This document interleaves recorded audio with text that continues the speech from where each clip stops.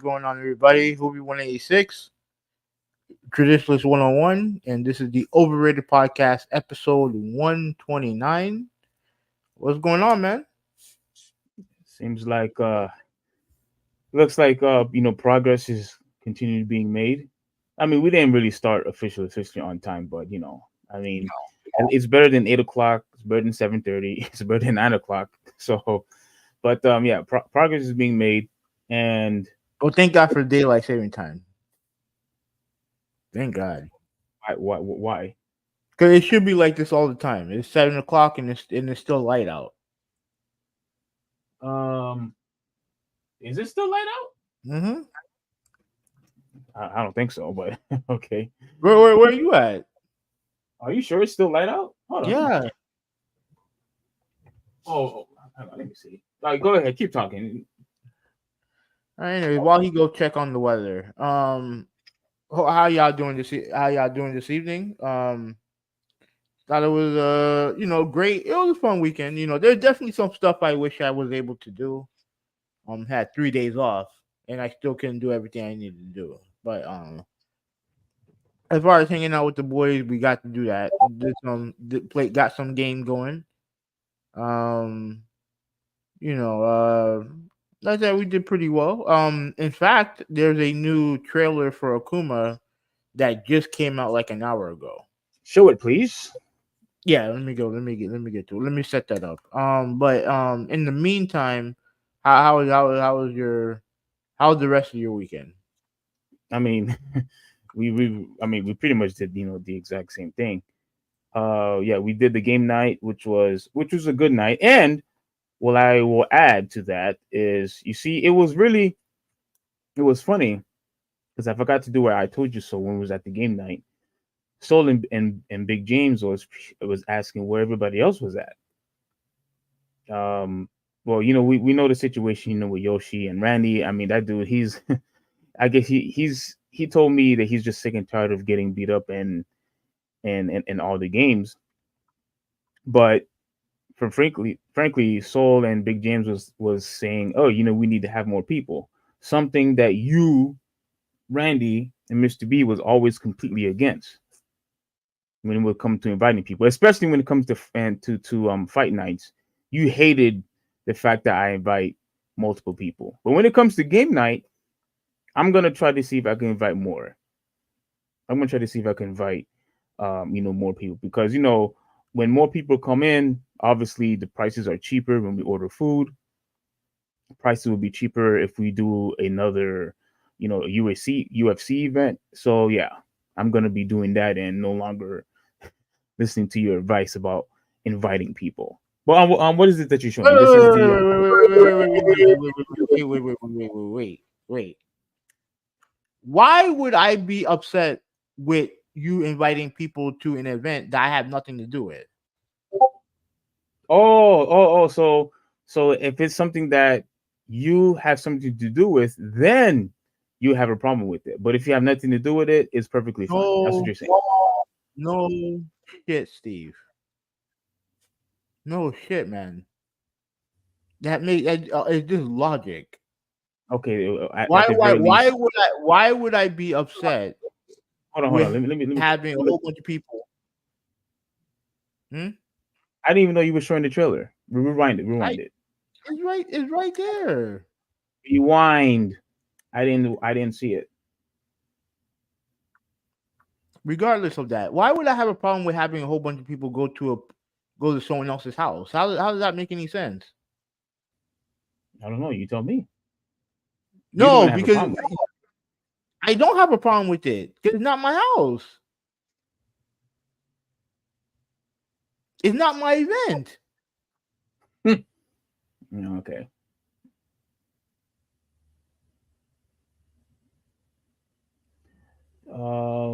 About this trailer, I wish they had showed at least a little bit of gameplay footage.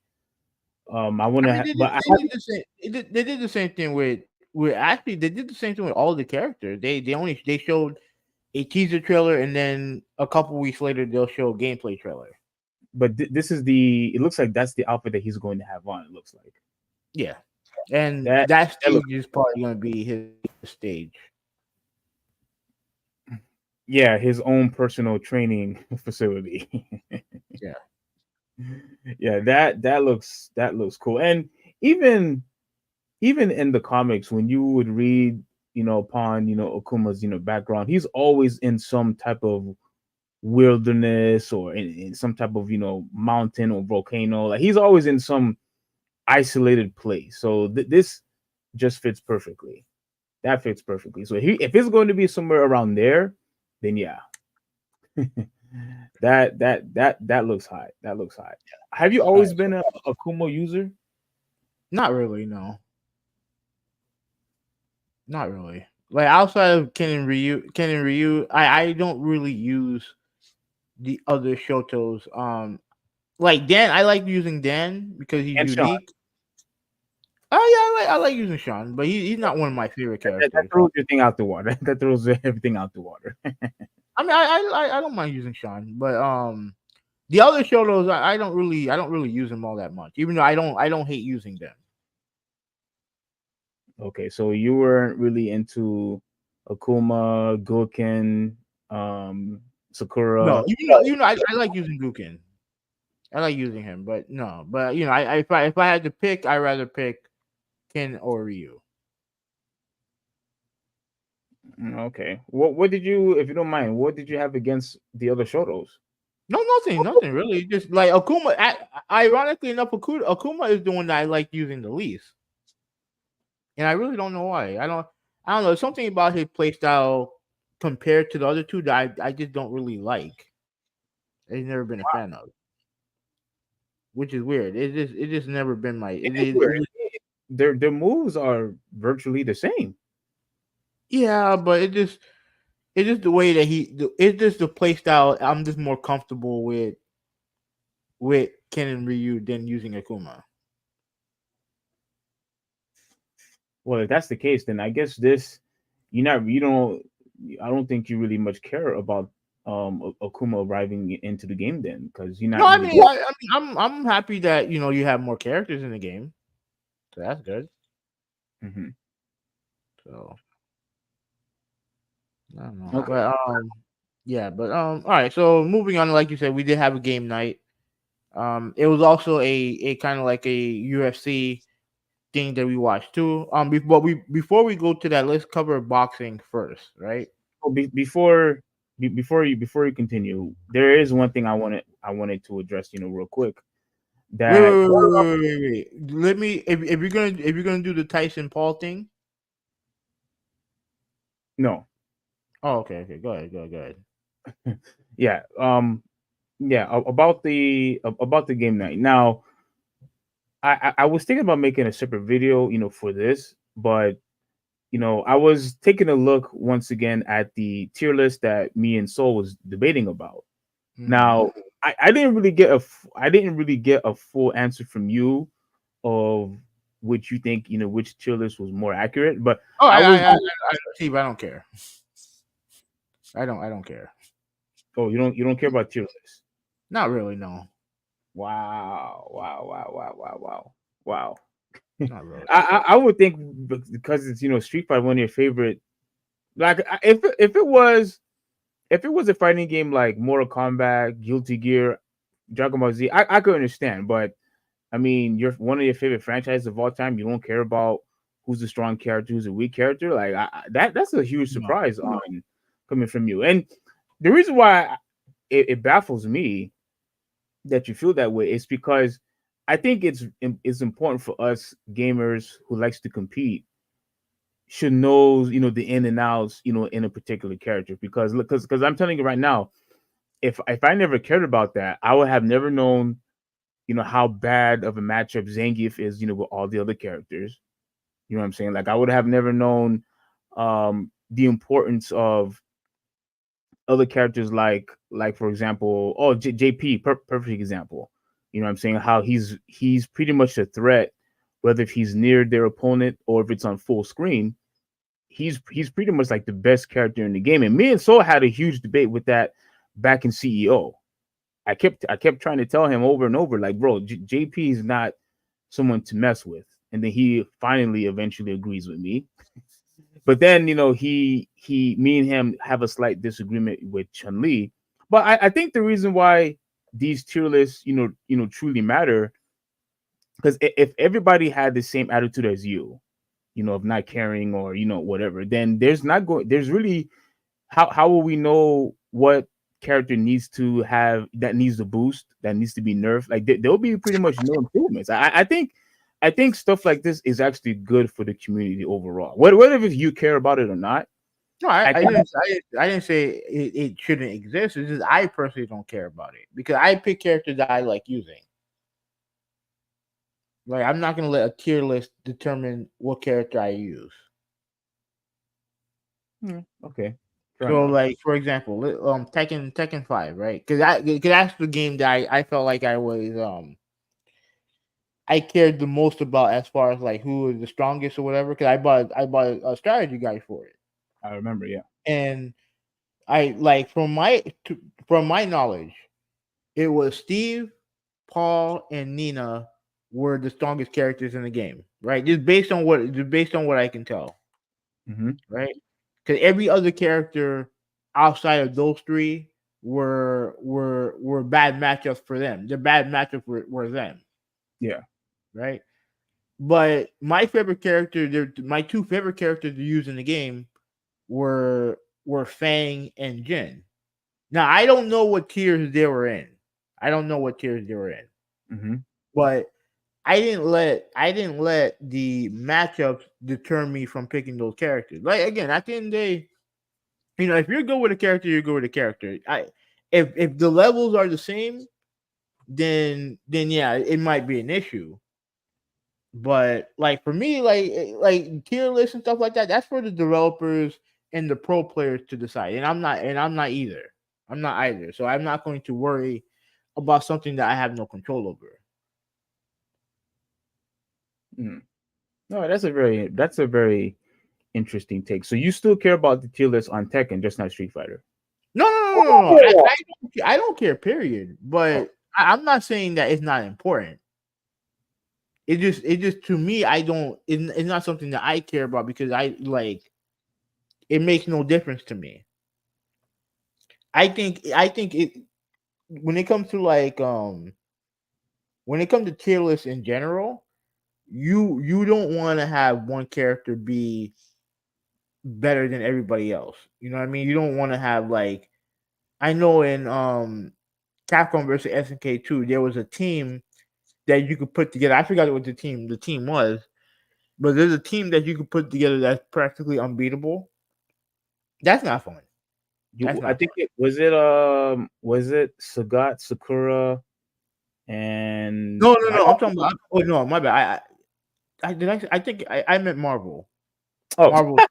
Oh, okay. I meant Marvel 2. Yeah, like in Marvel 2, I think there was like several characters that were broken in that game, and everyone would use those same type of characters. I don't like that. Yeah. I think it was either Magneto, Storm, and Psylocke, or it would be Magneto. Psylocke and Magneto was always there, but sometimes they would either change it. They would change, Storm to, I guess, Doom, or they would change him to Iron Man. Like I know Iron Man. Was Cable one of those high tier characters? Oh yeah, Cable also. Yeah, I do remember that, but yeah, it doesn't make watching the game fun. It really doesn't. When everyone just picked the same like 3, 4, 5 characters, it doesn't make the game fun. Yeah, because if you pick a character and it has, let's say you pick Storm, Magneto, and Psylocke, and I pick Magneto, Psylocke, and the only difference between me and you is either an Iron Man or Doom. Like, yeah, that's not fun either. Even if we have one character that's different, but essentially the characters that you choose and your opponent chooses is still virtually the same. And I agree with you that it's not fun. Yeah, it's not fun. But when it comes to tier lists, I just don't. I'm just not like concerned with it. You know what I mean? Like I'll let them take care. I'll let the developers and the pro players, deal with that. Okay. So Okay. let All me right. let me read some, before you continue. Let me read some comments. All right. So shout out to Malta. He's here. So is Ruben. What's going on, man? He mentioned that Fang and Jin were high tier characters. He said S tier was Steve, Nina, Brian, and Fang. And then he said A tier was Anna and Mashima. I'm assuming you mean I think you mean Ahachi. I think. Yeah, probably. Yeah, but yeah. So I mean, all right. So is there anything else you wanted to add to the whole tier listing, or? No. Because if I do, it's just gonna take longer. Like I was gonna show like the comparison with Soul's tier list and mines, and I guess the last thing I will say is that I think tier list is important, but the way how Soul and the way how James does it, like they would focus. I guess they could correct me if I'm wrong when they see it, but it seemed like they focus on, let's say, one pro character who does a tier list. Well, me, I do a collective. Like I look to see what one person is saying and then another person is saying, and then I kind of, with math, involved. That's how I Oh, determine, who's the best character, or who's top character. I don't like to just go to one person because like how I proved, just the other day and when we was having the game night, they're biased. A lot of them are biased, so I can't fully trust, one person. And when it comes to tier lists, because I know for a fact that they're going to put their favorite character um in a level where they don't belong to.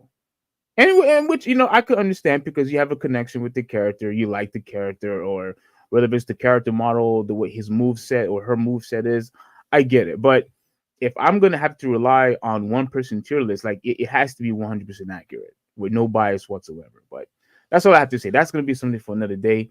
It was definitely a very great game night. We had food, we had snacks, we had drinks, like everything was great. We watched the fight that you're going to talk about next. So overall, it's great, and I'm definitely going to try to plan one. If not next month, then absolutely the month after. Like you would just have to let me know when's a good time for you, because I know you always have to work. all right. So Ruben said that at school everyone picked Mag, Lock, and Sentinel.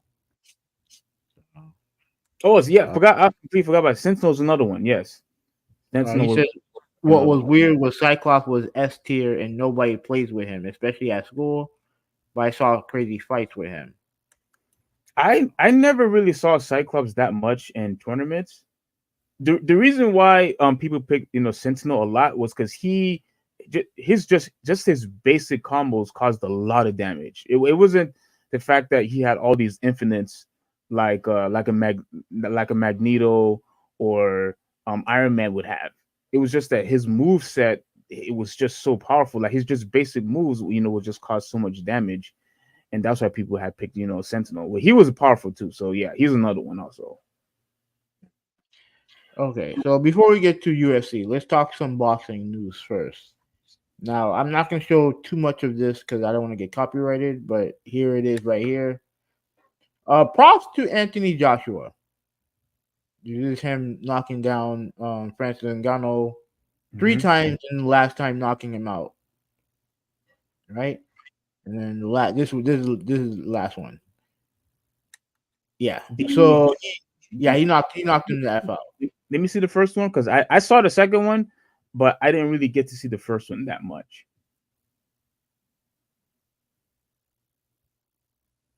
Okay. Yeah, I think I saw that one. I think I saw that clip maybe like once, and then yeah, that's the second one when yeah, that was and I heard that he was on the floor for several minutes too. Yeah, yeah, he kicked his ass. He completely kicked his ass. Let me read this. Nolan, what's going on, bro? How you doing? He said Strider was insane too. Never saw him picked outside of tourneys. Mm, okay, so I never seen anybody pick Strider in any tournament at all. Like and matter of fact, most of the Capcom character side people said that they were all garbage. But and one last thing. Shout out to you, Malta. I finally saw the video that you posted. Big shout out to you, bro. That definitely like top notch type of editing that you did there. So big Yeah, shout out. it was good. It was very good. We're gonna upload it onto the Overrated Podcast channel when we get a chance. Yeah, So, and also let me know where'd you get that music from, because that was very excellent music background that you had put on. So let us know, Malta. Once again, thank you. all right. Go ahead. So, all right. So I want to give a shout out to Anthony Joshua, right? Because he did something that you should do when a novice comes into your sport. You kick his Okay. ass. And this is not a knock on Francis Ngannou because like you say, he did it for the money. So he got his money. I have nothing against him. But what Joshua did, he performed professionally. He took it Profe- serious. Yeah, Mhm. professionally. He took it Yeah. serious. He knocked him down 3 times and knocked him out at the end. He did what he was supposed to do. Hmm. And I give Joshua props. And I'm not the biggest Anthony Joshua fan, but he did his thing. I give him props. I give him props for that. Okay. Now, as far as Tyson Fury, that bum, like Bum. I yeah, bum. Remember, he had the fight against Ngannou, and he didn't take it serious, and he even got knocked down by Francis, Yeah, because he's a power puncher. Yeah. who's a power puncher. Yeah. Francis, he has a lot of strength in his punches. That's fine, but you saw that didn't bother Joshua at all. No. All you had to do was go in there, take it serious, do your thing, and then move on. Yeah, but for you to call a heavyweight champion, I think his WBC champion a bum. That's kind of disrespectful. He's a bum. He the way I don't give a shit what he is. The way he performed in that fight against Ngannou, he was a bum. And not only did that fight ruin his reputation, it also delayed the fight he was supposed to have with Usyk. And now we have to wait to that fight, goes on. And he was doing his best to avoid that fight too. He was doing his best to avoid that fight too. Doing doing his best to avoid the fight. Hmm. That's Yeah. interesting. And I'm just gonna say this. Props to Joshua. Props to Francis also. You know what I mean? Like he did something that a lot of people don't have the guts to do. But if Joshua and Fury ever fight, I'm going for Joshua. Not even close. He did call Fury out, didn't he? Yeah, both of them did. Fury, like a fucking moron, was in the press conference heckling Francis Ngannou. And Francis Ngannou said pretty much, "Look, boxing's protecting you. If we were in a cage, I would kill you." He absolutely would. He absolutely would. If you have so low sense of professionalism to where you don't take a guy seriously in your sport, you think he's gonna return the favor to you in mixed martial arts? Absolutely not. Well, if I remember correctly, and I hope I read this correctly, but I heard that he didn't even train for that fight. That He he looked like didn't train. he didn't train, because I assumed that he thought that it was going to be a very easy matchup between him and Francis. And look, yes, Francis, knocked him out. Well, knocked him down. I think like a couple of times. And to me, you're right. You have to take these fights seriously. But I think at the same time, people actually appreciated that it went at the length as it did, because I guess people didn't want to see a 1 round or 2 round knockout. People want to get their money's worth. That's what the argument would be for those people. No, man. If you're better than somebody, don't toy around with them. You take care of handle business. I mean, look, Handle, I'm not saying that you're wrong. I'm just saying that I think that's what the argument would be. For some people that, oh, you killed the guy, so simply. But to me, in my opinion, the reason why I think I'm gonna have to go on your side of the boat on this is because it goes to show that, listen, boxing is something that is very serious. And to me, what Joshua did made it very clear that those of you who try to go into the boxing realm need to stay in your lane. And I think that's the message that he pretty much sent without saying it. Stay in your lane. If your lane is at UFC, you stick with UFC.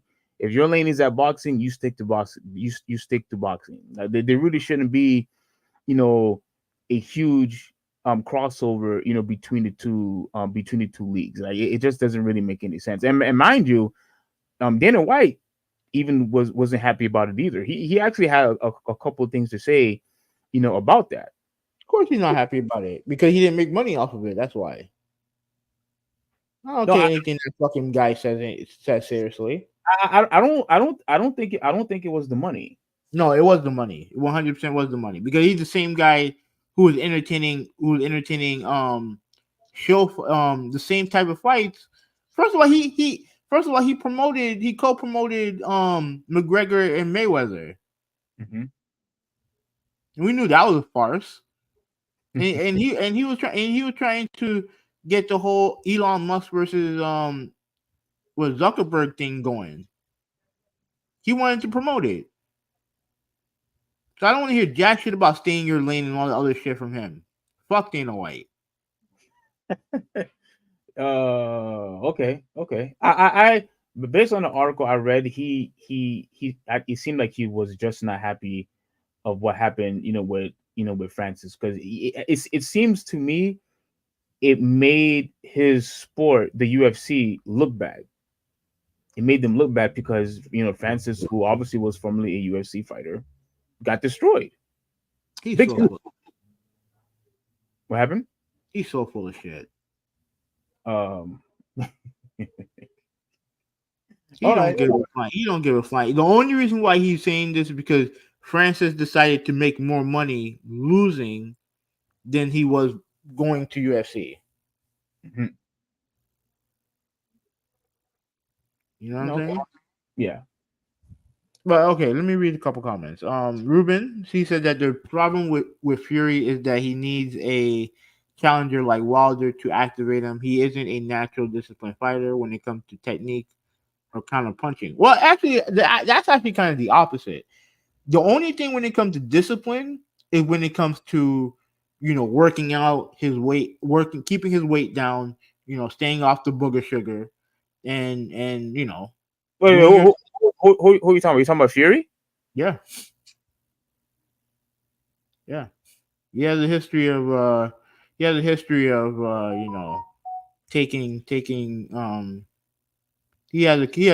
history of cocaine use. Oh, Fury. Yeah. Okay. Yeah, that's not good. So Brian's in the chat. What's going on, man? We will talk. Yeah, we will talk about that a little bit later. Nolan, and I 100% agree with this. He said I disagree. No, Ngannou breaks the mold. If you're a boxer, stay in your lane. If you're MMA, take the bag. And I agree with him. Wait, hold on. Wait. So then that means you disagree with me that you should stay in your lane then.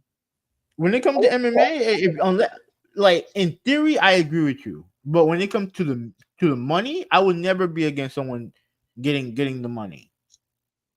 Never. Even though I do agree with you when it comes to if everything was equal, I agree with you. You stay in your lane. Right? But in this situation, if you're a UFC fighter and someone offers you money to box and you're gonna make more money doing that than you ever did doing MMA, absolutely I take that deal. Okay, but you would not support a boxer going into the cage though. I mean, if they want to do it, fine, but they're gonna get annihilated. They're gonna get annihilated. And guess what? Have you ever heard of a boxer named James Toney? Yeah. All right, so wait. No, I don't think so. You don't? Okay. But he was a boxer, well-known boxer. He had one fight in UFC against Randy Couture. Right? In UFC, now mind you, this is the same fucking guy, Dana White, who Brian calls him Dope AF, right? Same guy. I don't do freak fights. I don't do none of this stuff. He books a fight with his most decorated champion, one of his most decorated champions against a boxer. Mm-hmm. and then Randy Couture, predictably washes him in 1 round. You know what I mean? 1 round. 1 round, just finished him off. Finished him off. So if you're a boxer and you're not willing to, and you think that you're just gonna stand and bang with them with an MMA guy, you got one thing coming, bro. And did he ever fight again? I don't think so. Not definitely not in UFC. Definitely not in UFC. I don't know. I don't know if he was already retired from boxing or whatnot, but yeah. Yeah. So that's what happened. Props to Joshua. Tyson Fury can go fuck himself. Well, what do you want to talk about? This is the one that I just pretty much just want you to see it. Where I'm not gonna read this whole thing. Just that one quote that I mentioned. So here, Dana White rips ex UFC star Francis Ngannou after knockout in Anthony Joshua's fight. So obviously that's Dana White, you all know. So just this part I'm just going to read, where following the Francis Ngannou brutal knockout loss against Anthony Joshua, that you gave props to, on Friday, his former boss couldn't help but take a shot at him. This is the quote from Dana White. I saw it on social media. UFC President Dana White said about the knockout per MMA fighting Demi Martin. Going into the Fury fight, if Fury trained for the fight and didn't show up and looked like he ate Tyson Fury, that's probably the way that fight would have ended too. I agree. You know how you agree with him on that point? Yeah, I agree with him. Oh snap! You agree? Okay. I thought he was going to say he was going to disagree. No, I agree. Okay. If Tyson is why I have no respect for Tyson Fury. You went into the fight, you didn't train, you didn't take it serious, you just treated it like a payday. Yeah. Okay. And so he says, you know how I feel about crossovers, which where you say you call BS on that. Yeah, because he did it with McGregor and Mayweather. So why would I take why would I take anything this fucking guy says seriously? That's hilarious. That's hilarious. So let's see what this dude had to say. So he said, you know how I feel about crossovers into boxing. White added, that's how they end.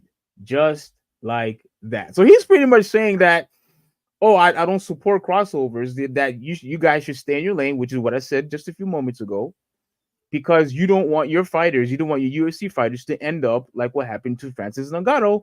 But what you're saying is he's being a freak hypocrite. That's what he's being right now. That's what he is. He's just a colossal hypocrite. All he's doing is just trying. All he wants to do is just get his narratives out there. That's all he is. That's all he's been. Especially since 2016. That's all this guy's ever been. And that's why he has no respect. He's a hypocrite. He's a liar. He is who he is. He is who he is. Mm-hmm. Yeah, that's all I wanted to show. Just to declare that that's exactly what he says. Which, like I said, I personally agree that an MMA fighter should not go into boxing, because to me it'll make the sport of UFC look bad, in my opinion. I actually don't agree with that. I don't agree with that. What it shows you is that there are levels to type of striking when it comes to MMA striking and striking in boxing, in pure boxing. If you're not going to use your legs, you're going against a pure boxer, mm-hmm. you're gonna get fucking annihilated. So why would you disagree? No, the reason why I disagree is because just because you can't box like a boxer doesn't make you any less of a fighter. It don't make them look bad. It makes the promoters who put that together look bad. Because it's a farce. Let me put you like this. Mm-hmm. If you take someone who's in karate and you put them in a kickboxing competition, will they succeed? I don't think so. No, you're taking them out of their element. Yeah, that's Let like me saying that's like saying somebody who does taekwondo versus somebody who's a boxer or does Muay Thai. Like, no, that's no. Yeah, you're taking them out. It doesn't make that sport look bad. All it shows you is that how hard it is to do the other sport and the other discipline. Mhm. That's all it does. It's like I look at someone like a Lyoto Machida, right? Lyoto Machida, his main discipline was karate. Karate. Yep.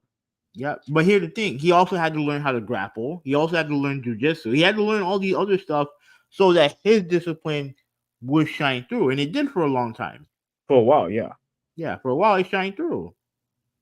You know what I mean? Like you have to in MMA, you have to learn all these disciplines. When it comes to boxing, that all these guys that's what they do for years. The level of striking when it comes to a boxer as far to an MMA guy is night and day. Oh It's yeah. night and day. But it doesn't make their sport look bad. No, because we all know in the cage, Francis would destroy any boxer. Yeah. You know what I mean? No, to me, it's more of a promotional thing. And like I said, I don't take any fucking word Dana White says seriously. All right. Fair enough. Fair enough.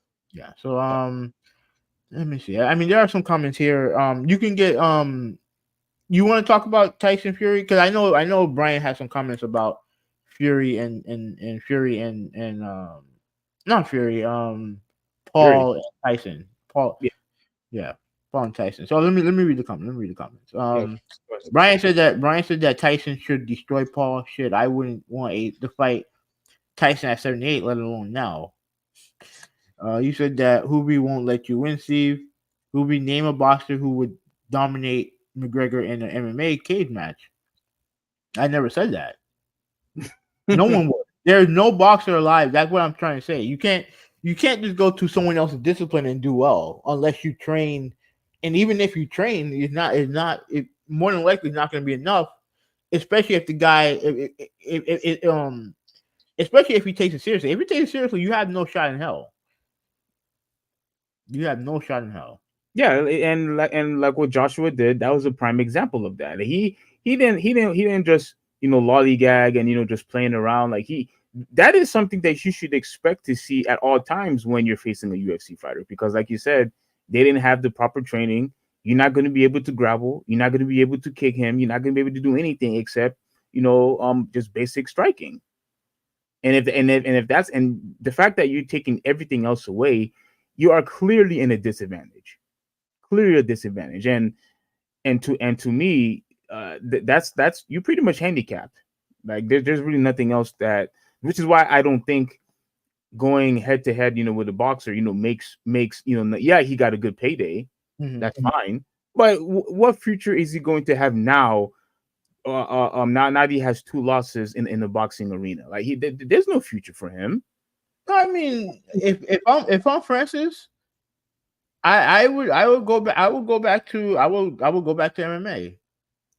But if you entertain Dana White, you better make sure you give him a bag. He gives you a bag. Absolutely. You better get him. The fight. If you ever go back to UFC, you better be the highest paid athlete in that company.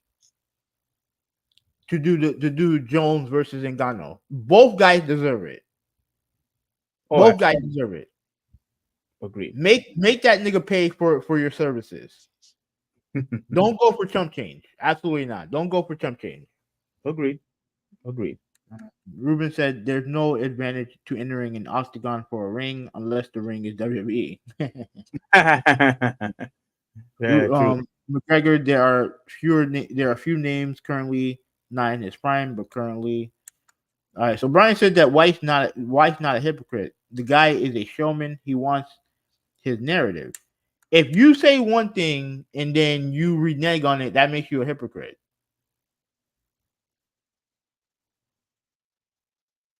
That's pretty much it. You don't want what happened to Ngannou. He must mean robbed. I don't know. You need to elaborate a little more on that one, Nolan, because I'm not really sure what you mean. Because you say you don't want what happened to No, okay. I think he's probably talking about me. What Mhm. I'm trying to say is that fight should have never happened in the first place Which because one? clearly The Ngannou versus Fury. no, in Nagano versus Joshua and Fury, those Yeah, fights should have never happened in the first place yeah. because one, it's just a cash grab. All you're really doing is just swindling everybody. And what happened to Nagano just in just recent past should have happened to him when he fought against Fury. Like, how And dare you come into a ring against a WBC champion? I agree with him. I agree. I agree. I agree. I agree with you. I agree with you. So Brian says, but narrative is a story. It evolves. Dana White evolved the story as it progresses. That's good story writing, not being a hypocrite. Well, I didn't know Dana White was a storyteller. I didn't know that. In my parts we call that being a liar. But that's storytelling. That is what it is. What White didn't like was that Ngannou fight wasn't prepared enough. They should have trained more, prepared more, make a better match, and it would have been promoted better by White. No, Dana White would have gotten the money. That's all he cares about. He would have gotten the money. That's all he cares about. That he would have gotten the money. That's it. And let's also be real, Brian. Do you honestly think? Because I think if I remember correctly, I think Tyson is the one that's training him. Was training him for a little bit. Do you think 4, 5, 6 additional months of training would have helped Francis Ngannou against Joshua? I No, don't think so. no. In fact, He probably would have lasted longer, but that's it. yeah, and wasn't Joshua a former champion anyway? Yeah, Anthony Joshua was one of the top 2-3 heavyweights in the world. Right. He may Like, not. He may not be. He may not be champion now. But you're yeah, talking about like what 4, 5, 6 additional months. That wasn't going to help Francis. no. He Joshua he could very well be among one of the all-time greats when it's all said and done. And the most frustrating part is that Fury is in that same trajectory. But he decided to take the fight. He decided to take that fight off, and he looked like a moron because of it.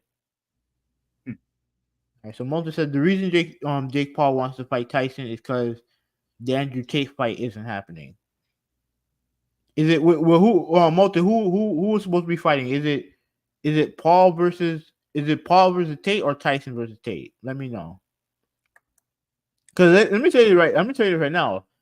Mm-hmm. Even though I don't like Andrew Tate at all, Andrew Tate is a legit combat sports athlete. I think he did kickboxing for a long time. I don't know if he still trains. I know he does. He probably doesn't do it anymore. But he said Paul versus Tate. I'm telling you right now, if it was kickboxing, Tate would kick his ass straight up. If it's boxing, you know what? It's not. It's not the worst fight in the world if it's just boxing. Because I think Paul would win, and I'm actually would be cheering for Paul. But no. But if it was kickboxing, Tate would kick his ass straight up. Let me see. Let me read it some more. He does care about the money, but why shouldn't he? LOL.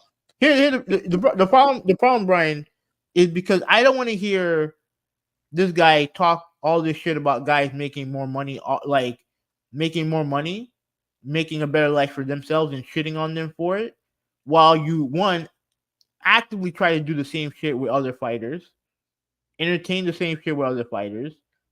I'm not going to respect someone who does that. If you want to sit there and be like, oh, we can't pay him the money, that's fine. It's perfectly fine.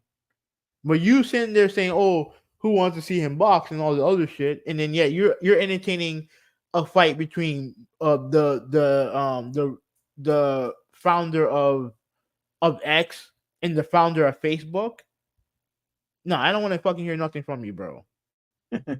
You sit there, you shit on him for getting the bag, but yet you allowed your UFC champion to run amok after he won the 145 title. No, after he won the 155 title, you decided to let him hold the division hostage for 3 years so he can fight a fight with Mayweather that that no one thought he would win. No one thought he would win. You let him take the division hostage for 3 years just so he could fight some make believe fight. That was the time when he had both belts, right? Yeah. Yeah, I remember. Okay, yeah. Yeah, it's starting to come back to me now. Yeah. Let me see. I think training could have helped him. If better focus, he should have lasted longer. Yes. Yeah, he probably would have lasted like a round or two longer, but there was nothing he would have done. There's nothing you could do about that, bro. There's nothing he could do about that. He said that Paul versus Tate, that wouldn't be as big a draw as Tyson. I actually agree with that. I agree with that. I think it'll still draw well, but not as well. Well, actually would cheer for Tate, but I think Paul is also a cool guy. It's not because I like either one. I just hate Paul less. And trust me, Jake Paul done some stupid shit too. Straight boxing, Paul would demolish Tate. I agree. Let me see. I mean, Moto thinks that it would be a bigger draw. That Tate versus Paul would be a bigger draw. I agree with Brian. I think Tyson. I think Tyson's a bigger draw. Yeah, me too. He was kind of mid. I thought he was undefeated as a kickboxer. And even if he's mid, like, kickboxing in that part of the world is a huge deal. So he'll probably be no worse than top 50 in the world in his prime. So he might. So I don't know if he'll admit or not, but if you're kickboxing at that level, you ain't no joke. You ain't no joke.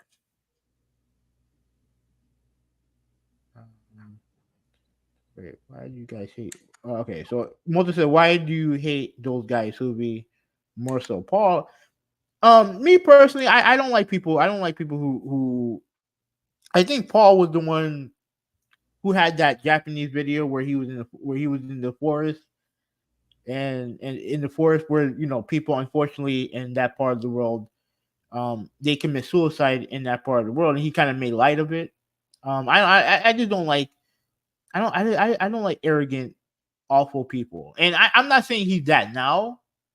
I'm not saying he's that now, but like, I don't know, man. Like, a lot of the stuff that he's into, a lot of the stuff that he says, he just sounds delusional.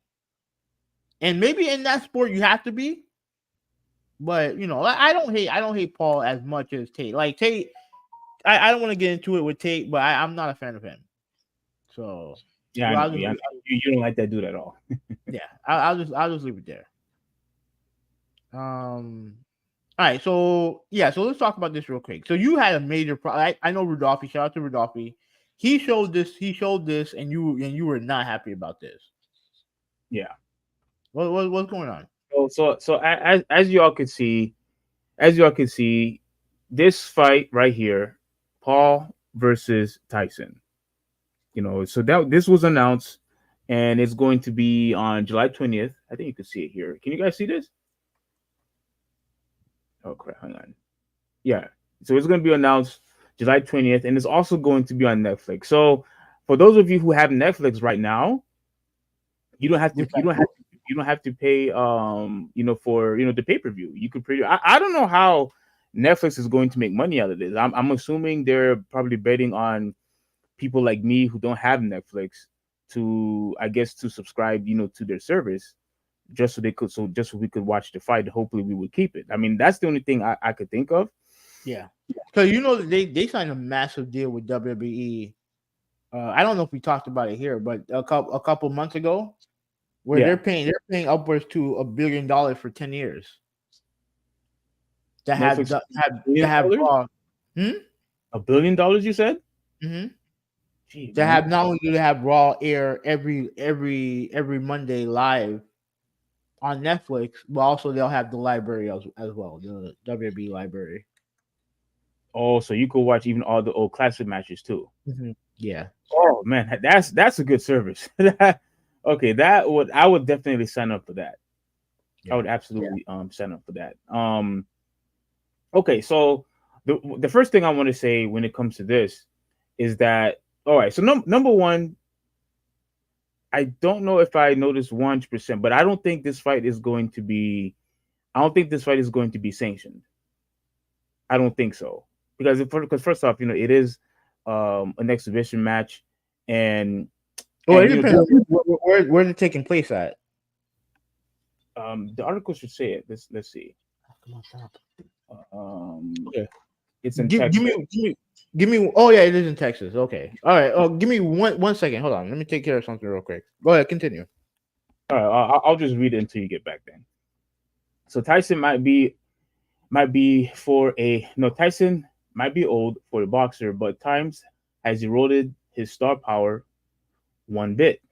Even though Tyson has professional fight took place in 2005, he remained one of the biggest names on the planet, just not in sports. There's also no doubt that Paul is one of the biggest social media stars out there. Add them together, and you have one massive event that's sure to generate world appeal. Boxing purists be damned. Netflix has upward of 260 million subscribers globally, and since this isn't a pay-per-view, there is a chance that this is most watched fight of the century. Seriously, Mayweather bout with Manny Pacquiao in 2015 shattered the pay-per-view record with 4.6 million buys. Long gone are the days of Muhammad Ali fighting on ABC in front of hundreds of millions. The Rumble in the Jungle was rumored to the most viewed fight globally, but that was in 1974. And even for Tyson, the most popular fighter in the world since Ali, all his biggest fights were televised on pay-per-view. For the record, Tyson still looks the part even at his advanced age. He's in great shape and he still looks ferocious on the pads. Whether he can beat Paul, who is a much better boxer given credit for, is a different story. Now I'm going to continue reading, but here's the thing that I have, an issue, why I have such an issue with this. Okay, like I said before, one is not going to be sanctioned. So, by not having an overseer, that means like nobody's going to be drug tested. Like there's no way, there's nobody has to be in a particular weight class. Like it's pretty much like a free for all, when it comes to this It's thing. an exhibition. You know what I'm saying? Oh, you're back. You're Yeah. back. Yeah. It's an exhibition, basically. Yeah. So it doesn't matter what weight Tyson's in. It doesn't matter what weight Paul is in. I guess there's not going to be any doctors. There's no physical exam. Like none of those things are going to happen. In fact, I don't even think you could even bet in this fight. If I remember correctly, I don't even think you could bet in this fight.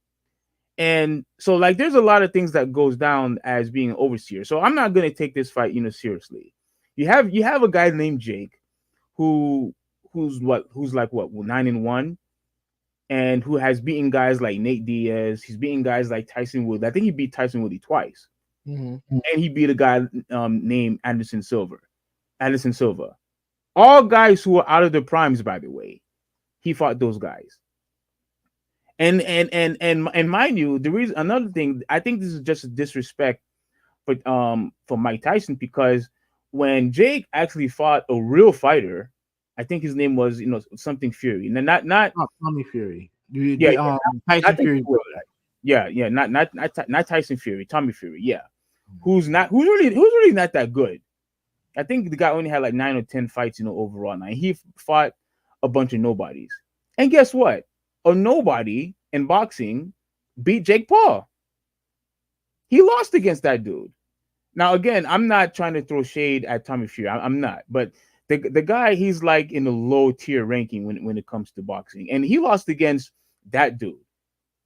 And now you want to face somebody else who's completely out of his prime. Why in the world are you going to waste my time, with this fight?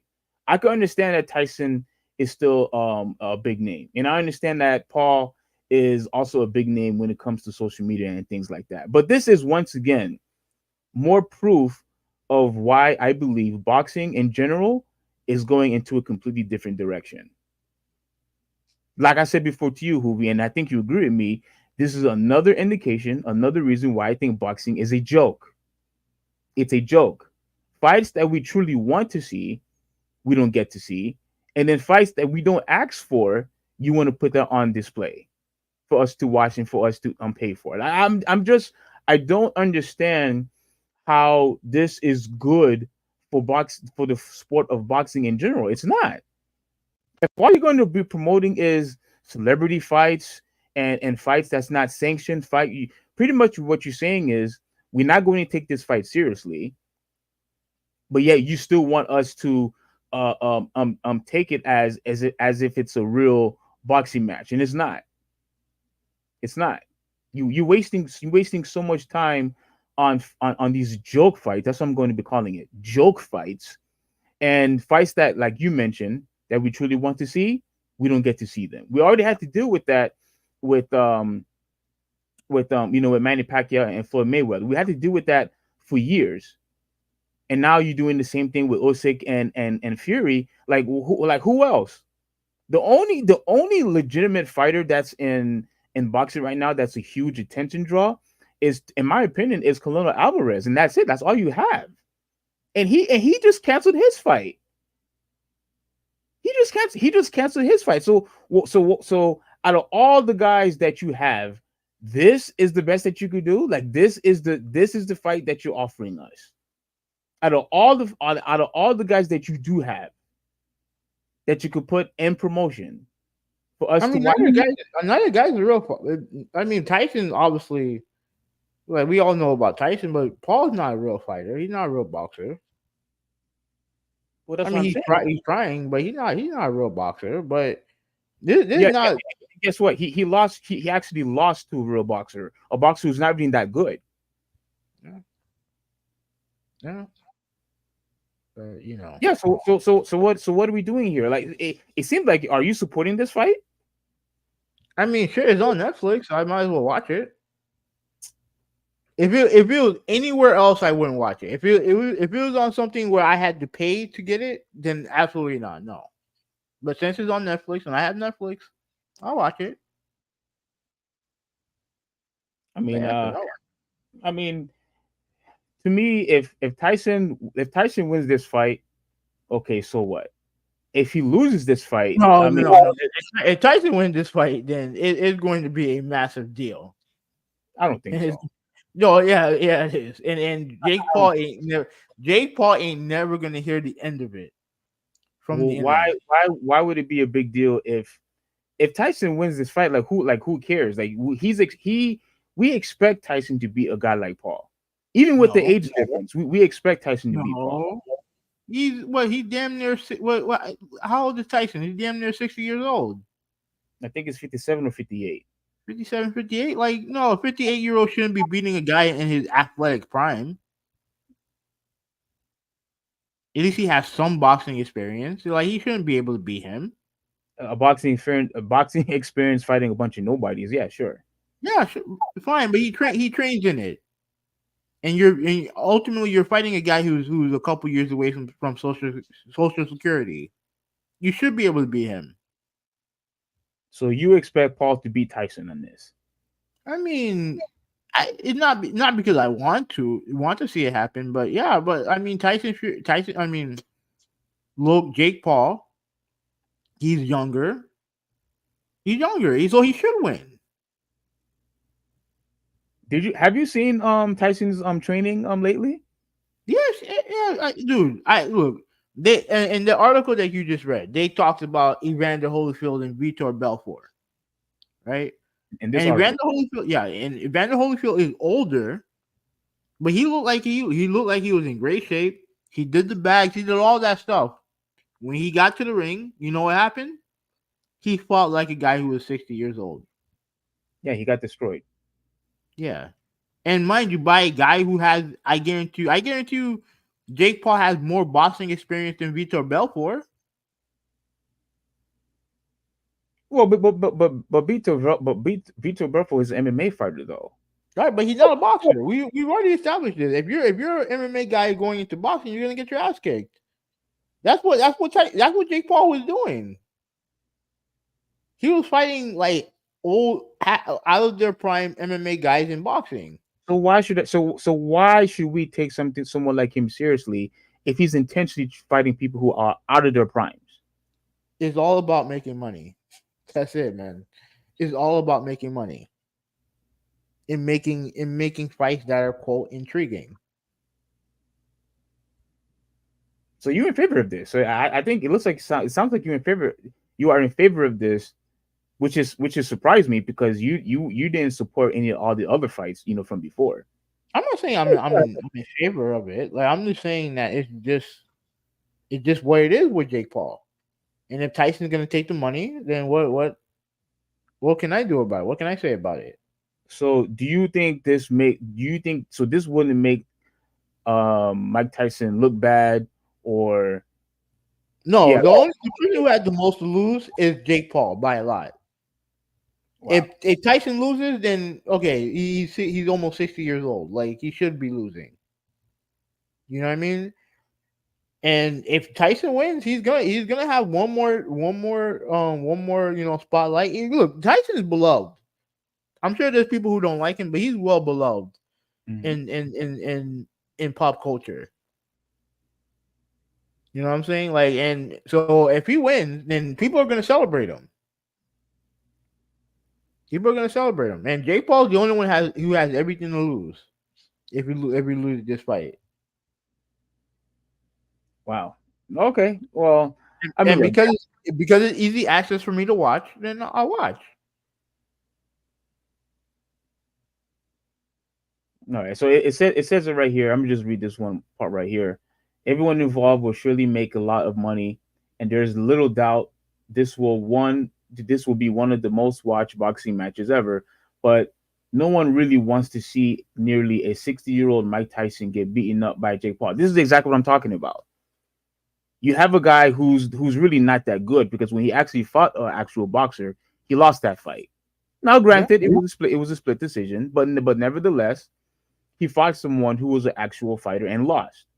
And now I'm gonna give somebody like that, credit for beating up someone who's pretty much a 60-year-old. Like, I don't want to see a 60-year-old, one of the best boxers of all time, because a lot of people would say that Mike Tyson is either the Jordan of boxing, or let's say someone like maybe like a Kareem or a Shaq, someone who is completely dominant, in the boxing world, which was true.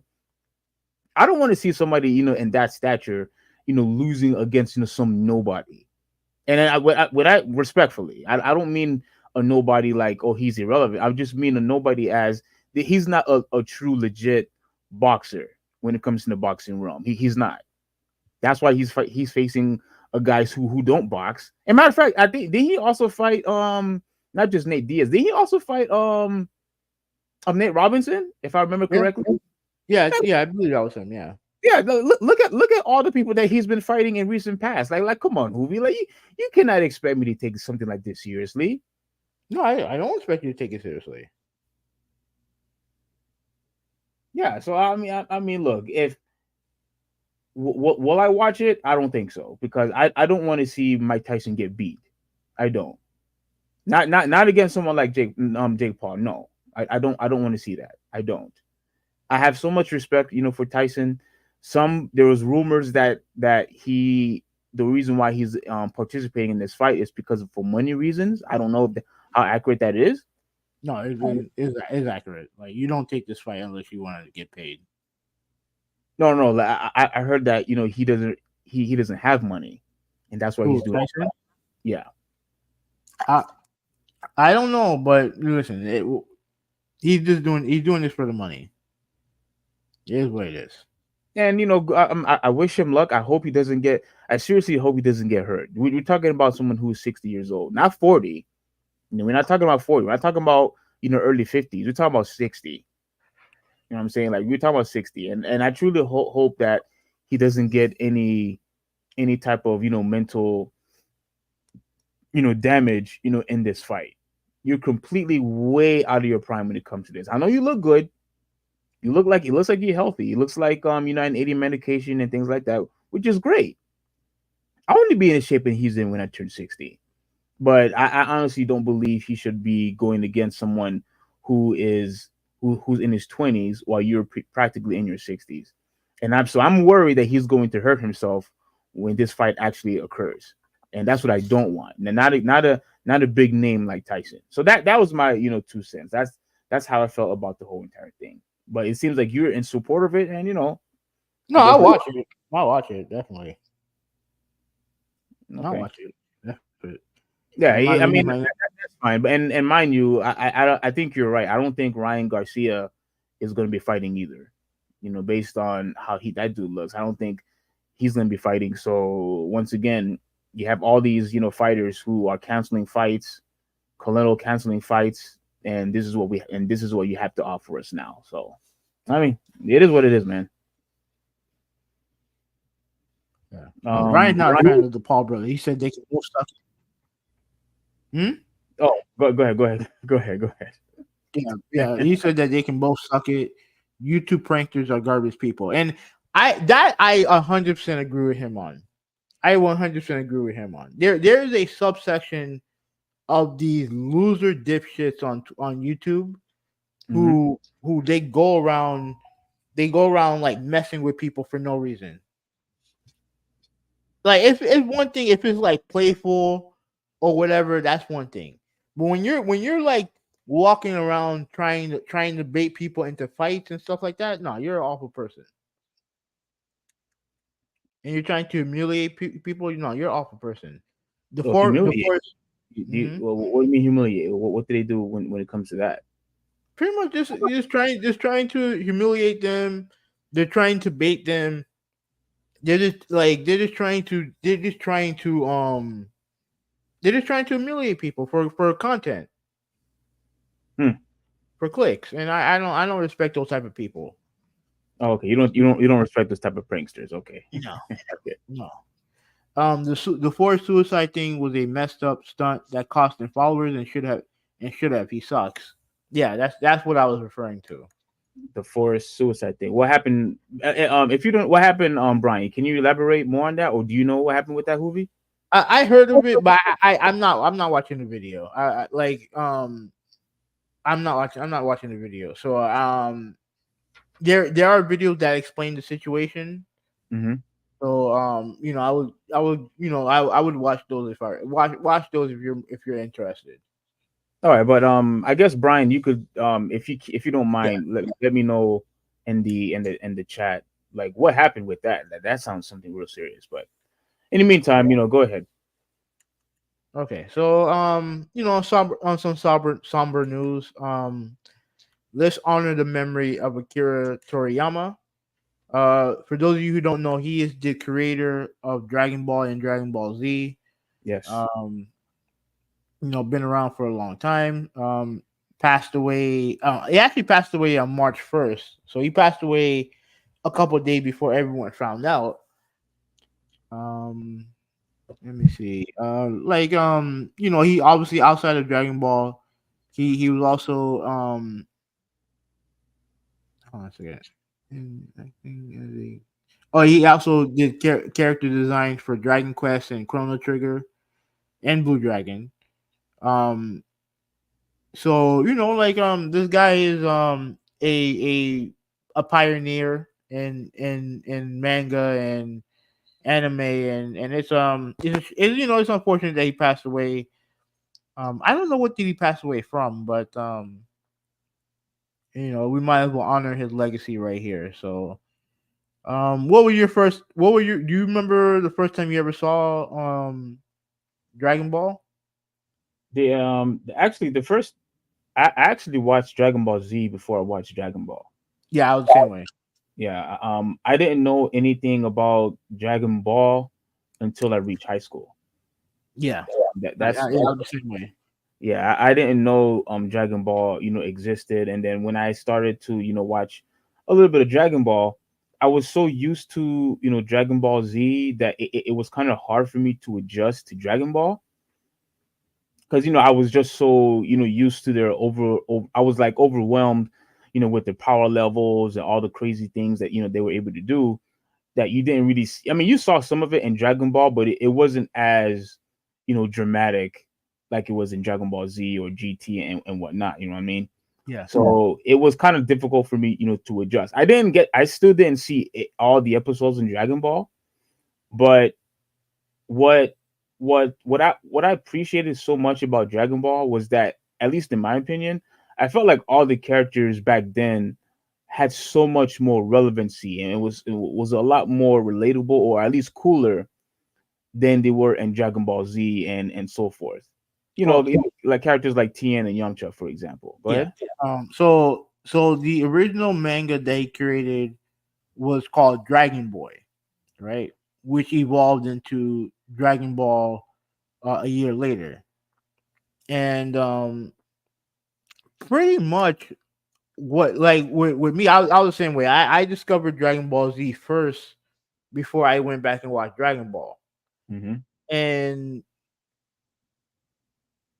the funny thing is that Dragon Ball been around for forever. It was around years before we even discovered it.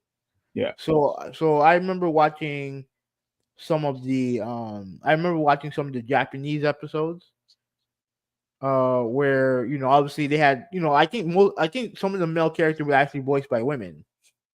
So Yes. Yes. that Yes. that was yeah that was a shock to me. Um, and obviously since it came out years earlier, the anime and the manga hasn't been dubbed into English yet. Hmm. So watching that was crazy. But then my thing with Dragon Ball, it I the reason why I love Dragon Ball so much was, I do like the fact that you had guys like Yamcha and Tien were more predominant back then. But what I like most about it is how these characters became these characters in Dragon Ball Z. Seeing the evolution of these characters and how and why they became what they were in Dragon Ball. Okay. You know what I mean? Being able to see the evolution of obviously Goku, Krillin, Yamcha, Bulma, and people like that. So that's what I liked about it. And the thing with Dragon Ball Z was I didn't watch too many anime. Like it was only that Dragon Ball. Watched a little bit of Cowboy Bebop is my favorite anime of all time. But I watched some others, and every day after school, like 5 o'clock, what I mean, one you go in and you just watch some Dragon Ball, and even though I knew I can get the advanced episodes, but I didn't want to. I wanted to wait every week for see what happens next. Yeah. You know what I'm saying? I like even though I was spoiled by when I started doing emulation with the Super Nintendo, I was actually kind of spoiled by what happened in the later sagas of like the Cell series. So when I first played Hyper Dimension, I was actually in the middle of the Frieza saga when I played Hyper Dimension, Okay. and I'm seeing this character. This character ended up being Cell. I had no idea who that was until the Cell saga started, and then Oh. yeah, Okay. and then also in that game you also had Kid Buu and Majin Buu and all the other stuff, and I was like, I have no idea who these characters are, and then I'm looking at Gohan. Gohan in the game is an adult. You have these little kids who I have no idea who they are, and they ended up being Gotenks. And it was like it was just crazy looking at all these characters playing the Dragon Ball Z game, which is predates by several years, and I'm watching a new episode of Dragon Ball Z, which is not technically new, but it was just English dubbed. Hmm. You know what I mean? And so that was crazy. But yeah, the one thing I'll say is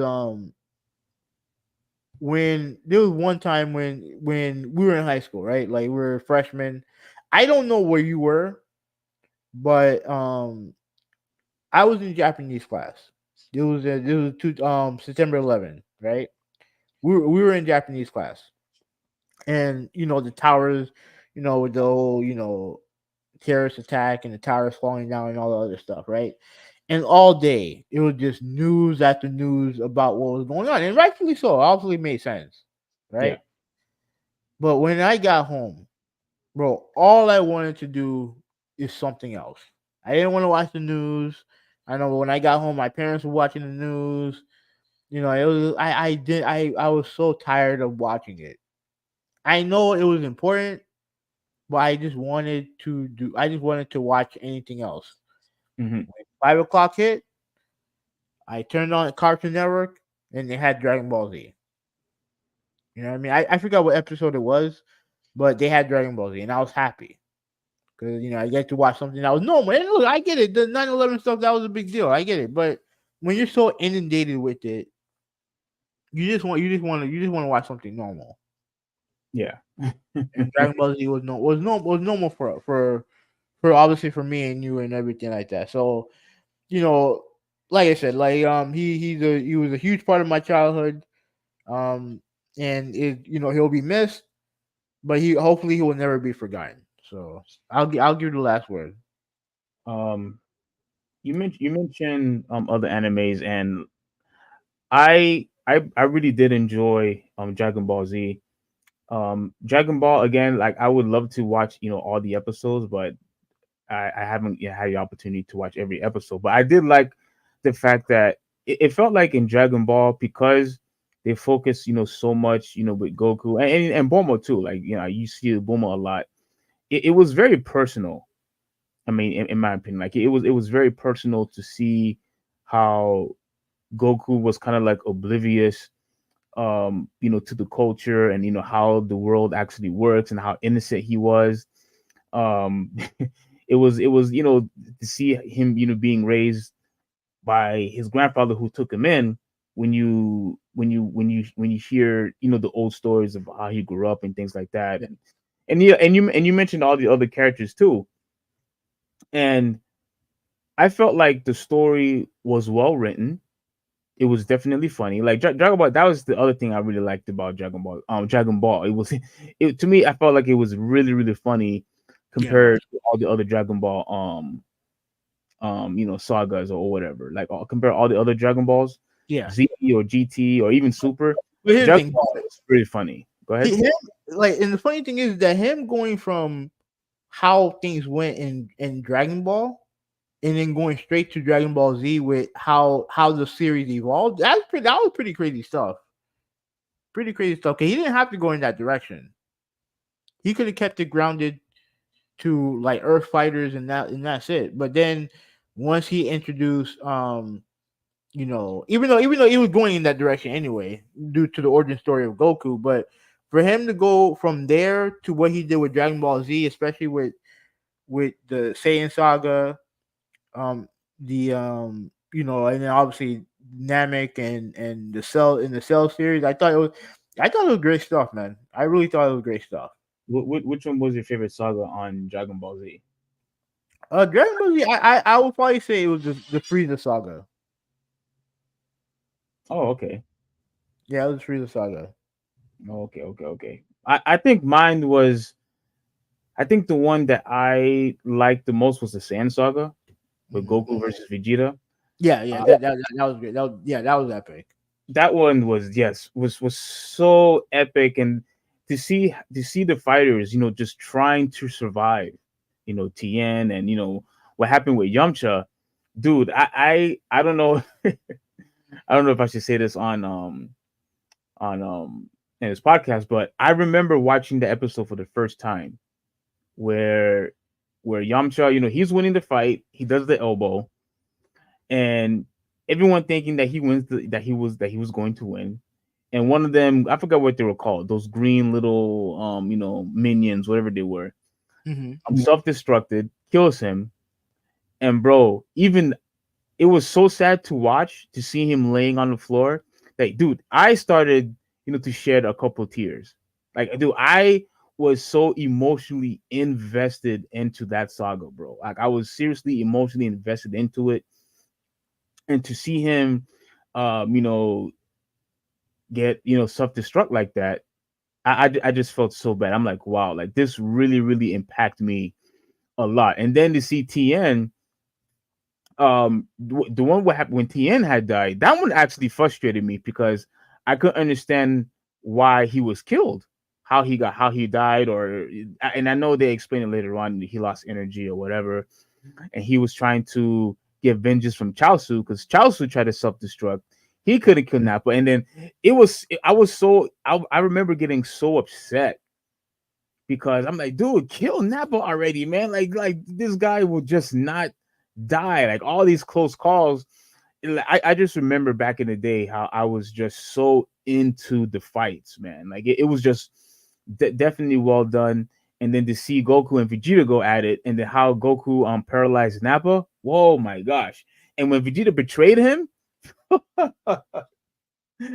dude, I remember just having chills of how he tossed Nappa in the air like that, and then just completely destroyed him just like that. I just said, wow, this was just so well written. Vegeta, was just so ruthless, and seeing them go at it, and then Goku was all paralyzed after Vegeta transformed. And dude, and even like towards the end, when the spirit bomb, Krillin tries to throw a spirit bomb at Vegeta, and then Goku tells Gohan to deflect it right back at Vegeta, and then he hits him. Bro, it was just so phenomenal how that saga was just well written. And the Frieza saga was good too. And I also enjoyed the Cell saga also. And the reason why I enjoyed the Cell saga so much was it really added a lot of horror, elements in there. Especially the time when Cell has absorbed that dude where Piccolo was just all shocked and he couldn't do anything. I don't know if you remember that part where When the he guy sucked up started, 17? huh? When he sucked up 17 or No, not the androids. This is way before then. This was when he had just sucked up a citizen, I guess. That oh was the area. And the guy's like, "Oh, thank you, Piccolo," or whatever. And he's trying to offer Piccolo money. All of a sudden, Cell sucks that dude up. Dude, that was just horrifying to watch. I'm like, wow, I cannot believe this is even allowed on TV. Of course, I was just, young back then. I didn't know what was going on. But that was just crazy. I think he did a very good job, with the series overall. Do I still watch other animes? Yeah, like I still watch, Full Metal. Like even though it's that series is over, I like Seven Deadly Sins. I really like that one, and I also like to enjoy watching that new thing that Soul introduced me to. I forgot what's it called, but there's a few animes that I still like to enjoy watching. I just haven't been invested as much because with responsibilities and constantly working and goals to achieve, it's just been hard to invest in anime and then into gaming and into comic book reading and reading the Bible and church and everything. Like it's so much is in my plate right now. I just don't have the time to watch all these animes like how Randy, my brother, like Soul does. You know what I'm saying? But at the end of the day, man, this is very sad that a great creator like him has passed. So my condolences to him, to his family, I mean, to his friends, and I do like the memes that they had showed. Um, and yeah, it's really sad. Dragon Ball Z is like one of the greatest animes, in my opinion, has ever been made. It impacted a lot of people. mhm. You've seen people in high school just trading pictures. Like it was just amazing. They had cards, and I felt like that was definitely part of my childhood. So he had created something that was very special, very special, and it's sad that he has to go, but his series will continue to live on. I mean, they're still making new episodes. I know you're not really fan of GT and Super, but at the very least, it still exists, and I appreciate his creativity. But yeah, that's the last thing I wanted to say. I was gonna ask you why you hate the Super so much, but we could go. No, I, just, I've grown past it, but.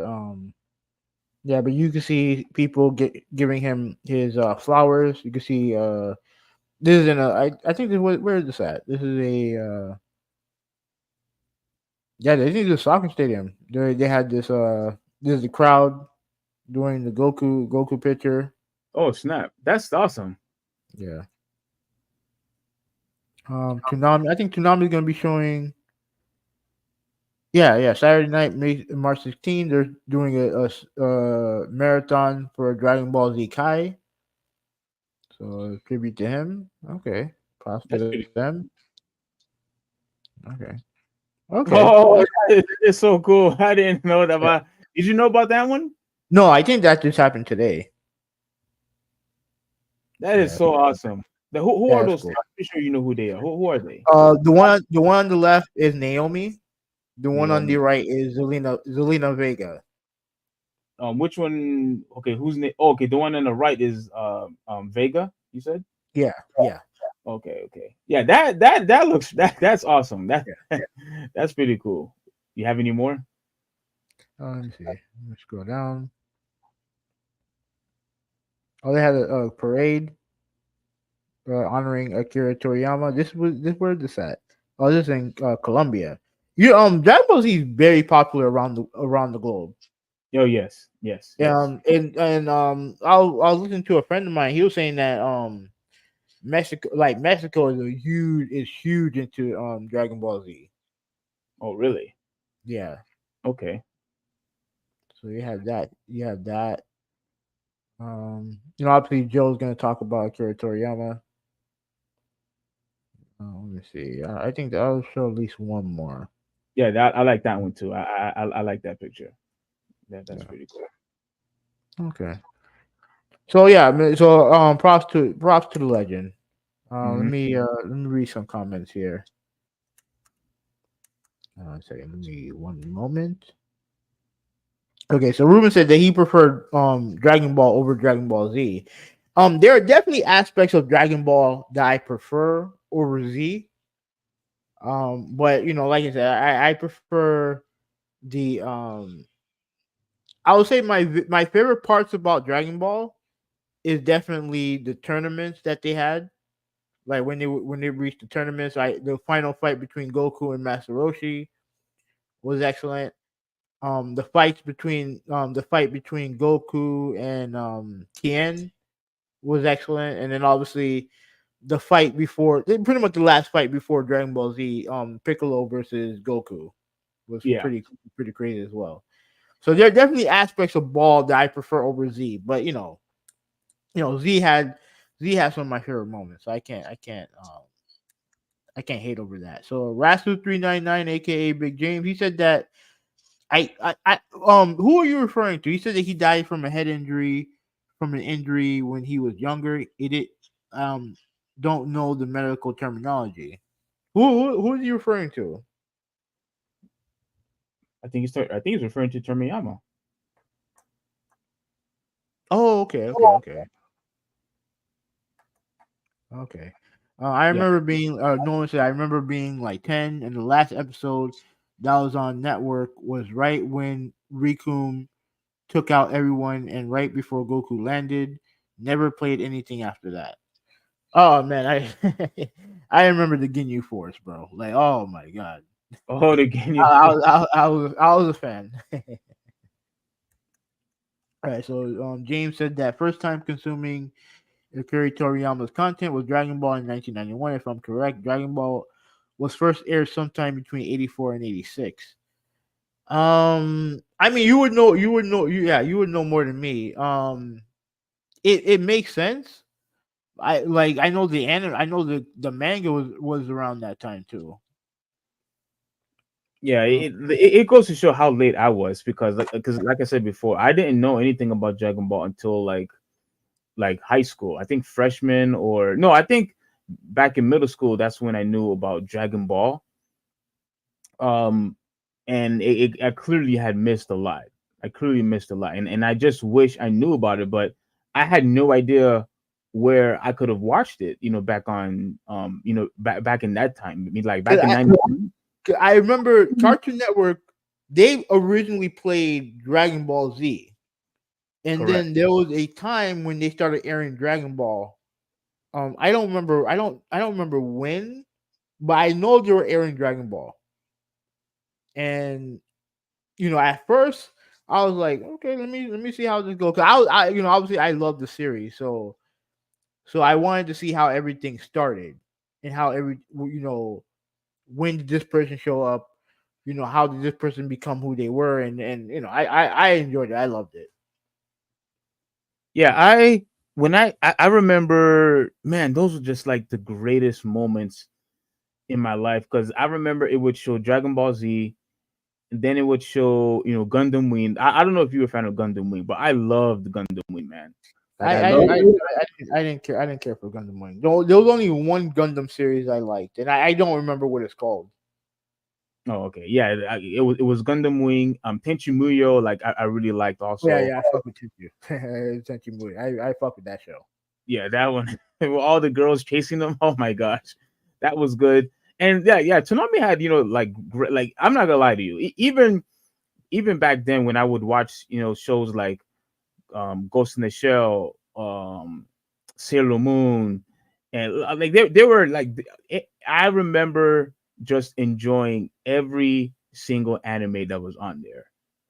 But Dragon Ball Z like had a special place in my heart. That and Gundam Wing, like those two had just an amazing place in my heart. So I love watching anime. It's just that I just don't have the time like I used to.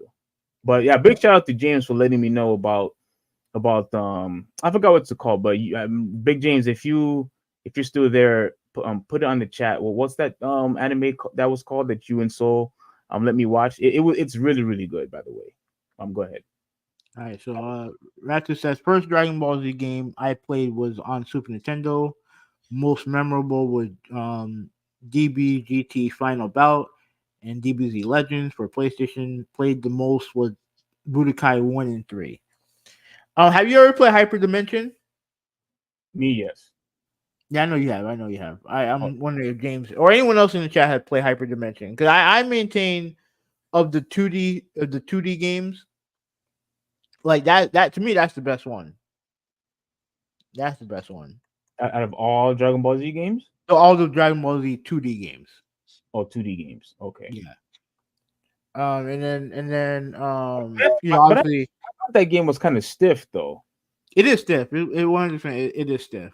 That's Oh, why that's why I was a little bit disappointed with what's that game called? Damn it. DBZ Fighters Z, because I wanted a more evolved version of that game, of but DBZ we Fighters. didn't get that. Yeah, DBZ Fighters is everything that you had asked for though. Gave you everything that not you wanted. really. It was I didn't want I didn't want it to be a tag team fighter. Yeah, but I think there's one-on-one now on there. Yeah, I know, but I stopped playing the game after that. Way after that. But I wanted the game to be more like Hyper Dimension, but obviously played better. But played Okay. better. Um Yeah, and Budokai 3 to me is the best 3D DBZ game. Not even close. Oh yeah. Budokai All 3 the was. all the other ones aren't to me personally are not very good. I mean, But I like one and I like two. Three, however, yeah, I thought was the best one. yeah. And I remember playing Final Bout and Ultimate Bout 22. Those games are not good. Like Ruben said here, like he played the card game RPG, and it wasn't perfected until Budokai, and I agree with that. Rudolph is in the chat. Solo leveling. Oh, okay, yeah, that's what it's called. Yes, I remember now. Yeah, that anime that you and James and Soul told me about, yeah, that is actually really really good. And I try to invest on it more. I just don't know where I could actually watch it. That's the problem. Yeah, and Ruben remembers Hyperdimension. Yeah, I agree. It doesn't hold up quite as well, but compared to other DBZ games back then, it was crazy. It was pretty crazy the stuff that they were doing back then. But if I remember correctly, the roster wasn't really that big. No, it's not. It's like 12 characters. You know what I mean? Like Yeah, it's 12 characters. That's why I would like to see a elevated version of that. Big James says Big Steven being disrespectful, not remembering Solo Leveling. Look, it's a new anime that you guys introduced me to. You guys made it seem like, oh well, Steve doesn't really watch anime, and the animes that I told you that I did watch, you crucified me for it. Like I I mean, told you, I like, don't watch I don't watch anime. So yeah, like I told him Soul and Riddler that I watch, you know, that I watch Full Metal Alchemist, that I enjoy watch um some Seven Deadly Sins, and like there's all and Big Bad Kai, I think it's called. Like there's plenty of anime that I try to enjoy watch. The problem is I just don't have the time to watch them all. It's just too much. Like there's so many anime that exists right now. Like Titan, like that one is another one that I tried to get into. It's too much. Like it's just so many anime. There's so many options, and I'm trying to keep up of all the old ones that I haven't finished watching.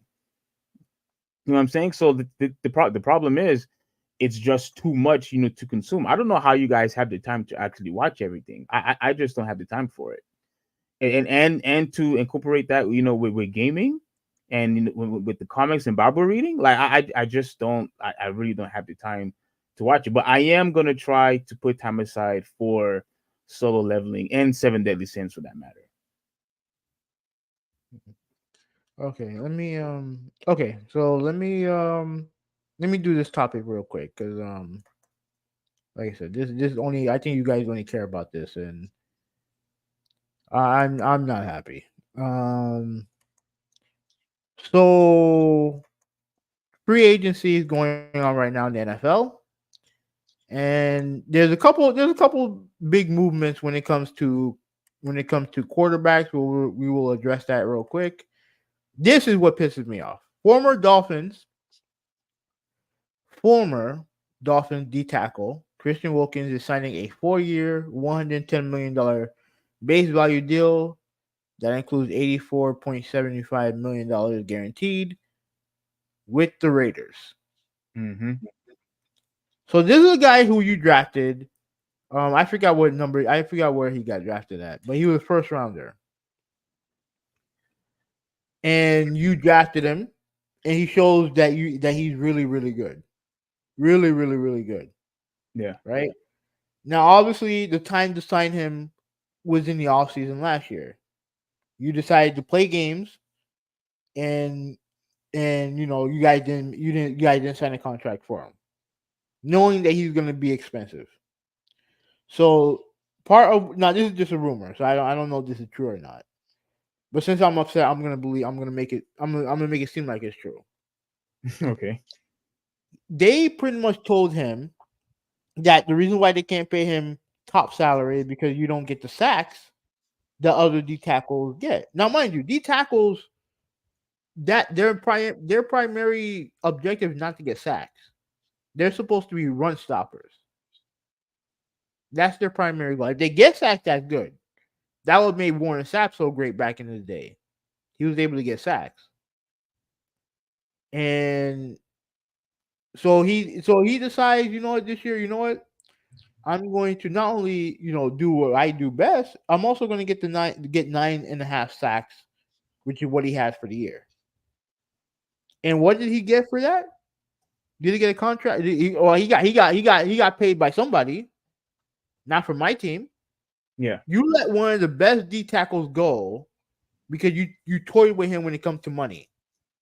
We should have given him what he deserved. And then they signed the other guy next to him. What's that dude name? Sealer, who's not bad, but he's not Christian Wilkins. So you let him go for nothing.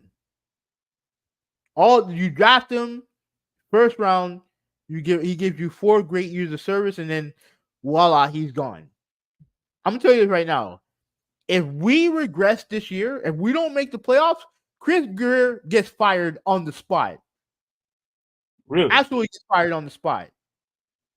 But you're playing these fucking games with these guys who perform. Now you let them go, and if you're deep and that defense, our defense on paper looks like dog shit right now. It's just Jalen Ramsey and a bunch of nobodies. And I'm telling you, if we regress this year, if we don't make the playoffs, he should get fired immediately. But why would you think you guys wouldn't make the playoffs though? Hey, I'm just trying. I don't know what could happen. I don't know what could happen. At one point, this team was heading into the first seed. They were this close to the first seed. Yeah. Then one stupid loss to Tennessee. Then they lose to Buffalo and Baltimore, and now we had to play in fucking in Iceland against Kansas City, and we lose. And now look what happened. Now we lost. Losing. What's that dude's name? Xavier Howard wasn't a big deal. Okay, he was getting old. But you lose your two best D linemen to injury. And they're not going to be back they're not going to be back for the start of the season. I doubt it. And now you lose your top D lineman, period, because you didn't want to pay him. I'm telling you, if they regress, that dude gets fired immediately. Fire his ass immediately. Let me calm my ass down. Yeah, but then you guys signed Walker though. Who's Walker? I could have shown you guys. Didn't you guys sign a linebacker? I don't give a shit about a fucking linebacker. I don't fucking care. I think his name is Anthony Walker or something like that. I think, dude, congratulations. I mean, if he's as good as Christian Wilkins, then maybe we'll talk. But I'm telling you, if this team regresses, that dude gets fired. Absolutely gets fired, and deservedly so. No, okay. Anyways, yeah, right, so, you have that, but I mean, look when you look at the overall, when it comes to free agency, like I just, at least for my team, I didn't really care what they did. I think they only signed like one person, and yes, you had a lot of guys moving around. Like I think the Buffalo Bills signed Trubisky, who I don't care about, but I wanted to laugh. The only reason I mentioned him because I know Roy, he was such a huge Chicago fan and had so much faith in Trubisky, but now he's with the Buffalo Bills. That's like okay, whatever. But when it comes to my team, the Jets, who do we get? We didn't get anybody. I think we signed a cornerback, Isaiah Oliver, and who else? I'm not impressed. I would have rather have a Trubisky, but Buffalo got him first. So clearly the Jets, I think, don't know what they're doing. And I'm pretty sure that we're going to have a similar season like we had last year. Because even if Aaron Rodgers get back healthy, let's say he's 100% healthy, if you guys don't make any type of improvements in your offensive line, why bother putting him out there? That's why I wasn't really interested in talking about this, because Jets made absolutely no type of improvements whatsoever. They didn't do anything. You watching all these other teams, making big moves. You have the wide receiver that signed with the Bengals. You have guys like who was the other person? There was another the guy that you mentioned, the quarterback that goes to the Steelers. Crap, I forgot. Wilson. Yeah, big, and look, do I think he's going to improve the team? Maybe perhaps, but I think what I think he was in Denver, like they completely screw him over, in Denver, completely screw him over. But you think he should be doing well in Pittsburgh? Yes. I mean, he should be, but I thought the same thing for Denver, because Denver got him under the same circumstances. The only difference is that they had an established coach in Tomlin, but everything else is similar. They have a good defense. They have good pieces. It's just that they have a quarterback who just wasn't good. And you can say the same thing about Denver. But when Russ went to Denver the first year, he wasn't very good. And there's just a lot of craziness going on around him. Yeah. I don't know if the same thing's gonna happen in Pittsburgh, but I can't say it won't happen because that franchise scene is fair share of craziness. Mm-hmm. So we'll see. But the one thing that surprised me was Mac Jones getting traded to the Jaguars. That surprised me. Mm-hmm. So they rats off a ship on him, New England. That's crazy. Why did it surprise you so much? Because for me, I just and look, I didn't think much of Mac Jones. I didn't. People saying he's good or whatever. I never saw it. But you give up on him that quickly when he had nobody to throw to. Yeah. You know what I mean? They just give up on him, and now he gets traded to Jacksonville. He's not going to start in Jacksonville. That's Trevor Lawrence's team, so he's not going to start in Jacksonville. So he's now in the backup quarterback. Now he's now going to be a career backup quarterback. That's what he is. Okay. Well, I wanna but shout out to Baker Mayfield. He re-signed, with Tampa Bay. So clearly now he has a future. So I really think that he had bounced back. They did make the playoffs, last year, or this past year. So big, definitely a big shout out to him. So I'm actually happy that he has a future now. Like he actually has an actual career. Now you mentioned Jones being going to Jacksonville. I was surprised that Kirk Cousins um that he's now with the Falcons now, and I think he signed for 180 million. I mean, his numbers has always been great, and they're always trying to say, well, he's not as clutch as the other guys. Like to me, the numbers speak for himself. He's not a bad quarterback. No, he's not a bad quarterback. And the one thing he's elite at is getting contracts. That's what he's elite at, getting big contracts. So not 180 million. That's a fantastic deal. But unfortunately, I don't see him going anywhere. With that team. Yeah. I don't see him going. They have some talent, and here's the thing: they're in a bad division. So if he can elevate the guys around him, I actually think this should be the favorite in that division. They should be the favorite. Because remember, that division is garbage. And look, Tampa Bay, props to them. I think they got into the playoffs with a winning record. But that division is not good. That division is not good. Yeah. So, I mean, we can move on. Let me read some comments. All right, so James said that Super Dragon Ball for PS2 was a good game too. One of the earliest anime arena fighters I actually played and respected. I have to look that up. I don't remember that game. Dragon Ball globally is as big as Mario Brothers and Street Fighter. You agree with that? I in some ways I actually do. Yeah, I think Mario is probably number one, but I can see it with Dragon. I can see it with Dragon Ball. When America got Dragon Ball, Japan was on DBZ. That's the thing. I don't know if that definitely they got the Dragon Ball stuff first. But I remember succinctly watching Dragon Ball Z first on American TV, then Dragon Ball. At least that's what I remember. He also said that I play Hyper Dimensions. I believe that was a Super Nintendo one. Yeah, you're right. And he said that Budokai 3 better mechanics, Budokai 1 better visuals, in my opinion. Oh, really? That's a surprise. I would have never thought that the first one had better visuals. That's a shocker.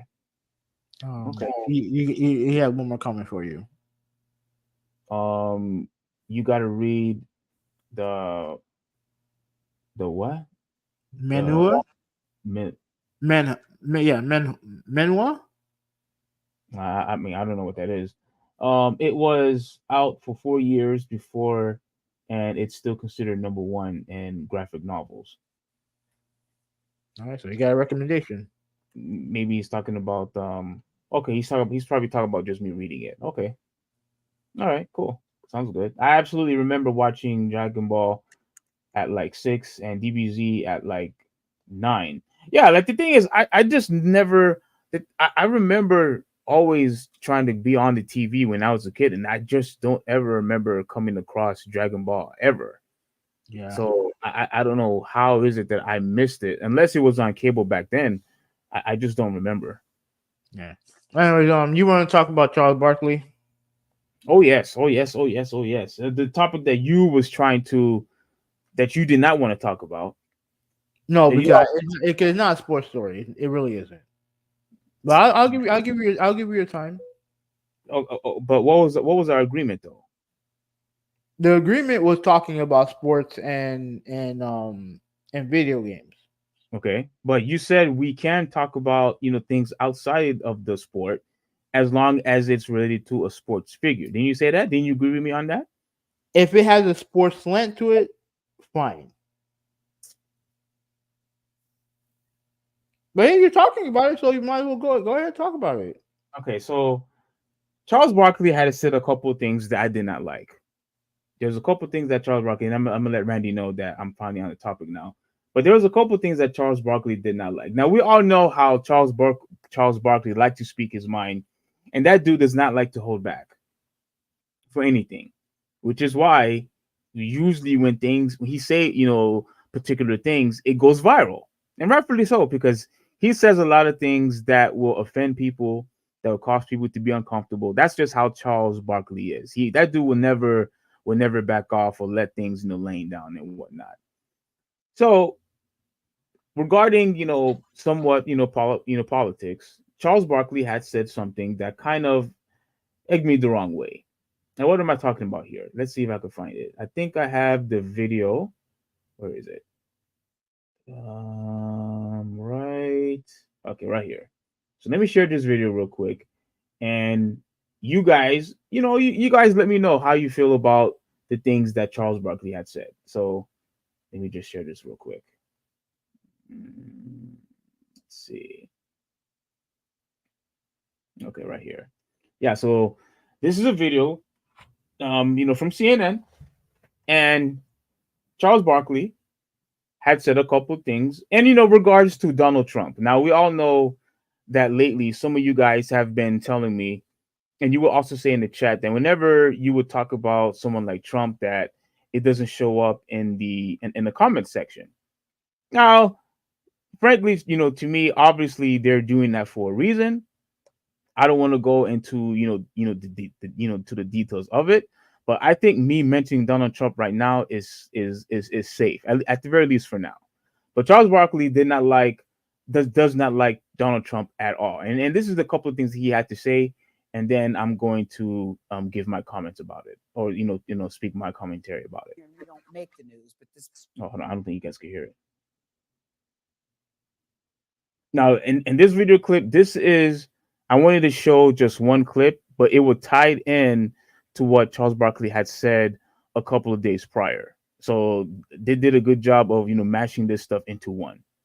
I don't know if you know, normally, we're sitting here and we don't make the news, but this past week, Charles, I don't know if you know, but you've been in the news for some comments you made on our last show. Do you remember, dear, what you said? I do remember what I said. Okay, we'll rotate.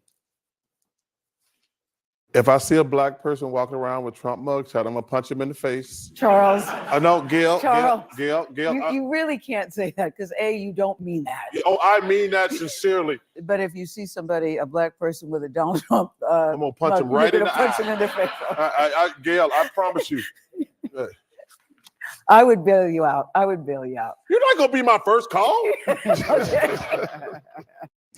Now, obviously, people are laughing, about this and whatnot. But there's been quite several people, conservatives in general, who was not happy with what Charles Barkley had to say when it comes to Donald Trump and wearing the mugshot and whatnot. And to me, Well, you know what? No, let me play. Let's play the next clip, and then I'll share my commentary. Now, it's so funny because before I took this show, before we agreed, because Charles and I, we have to say this, neither one of us were looking for another job. And CNN called and they had this great idea, you and I together, which I thought was really fun. And people said, aren't you worried about things Charles would say? And I said to you, you're a grown-ass man. You say exactly what you think, and you take responsibility for everything you say. Yes. And so it's not like you just willy-nilly say stuff for clickbait, right?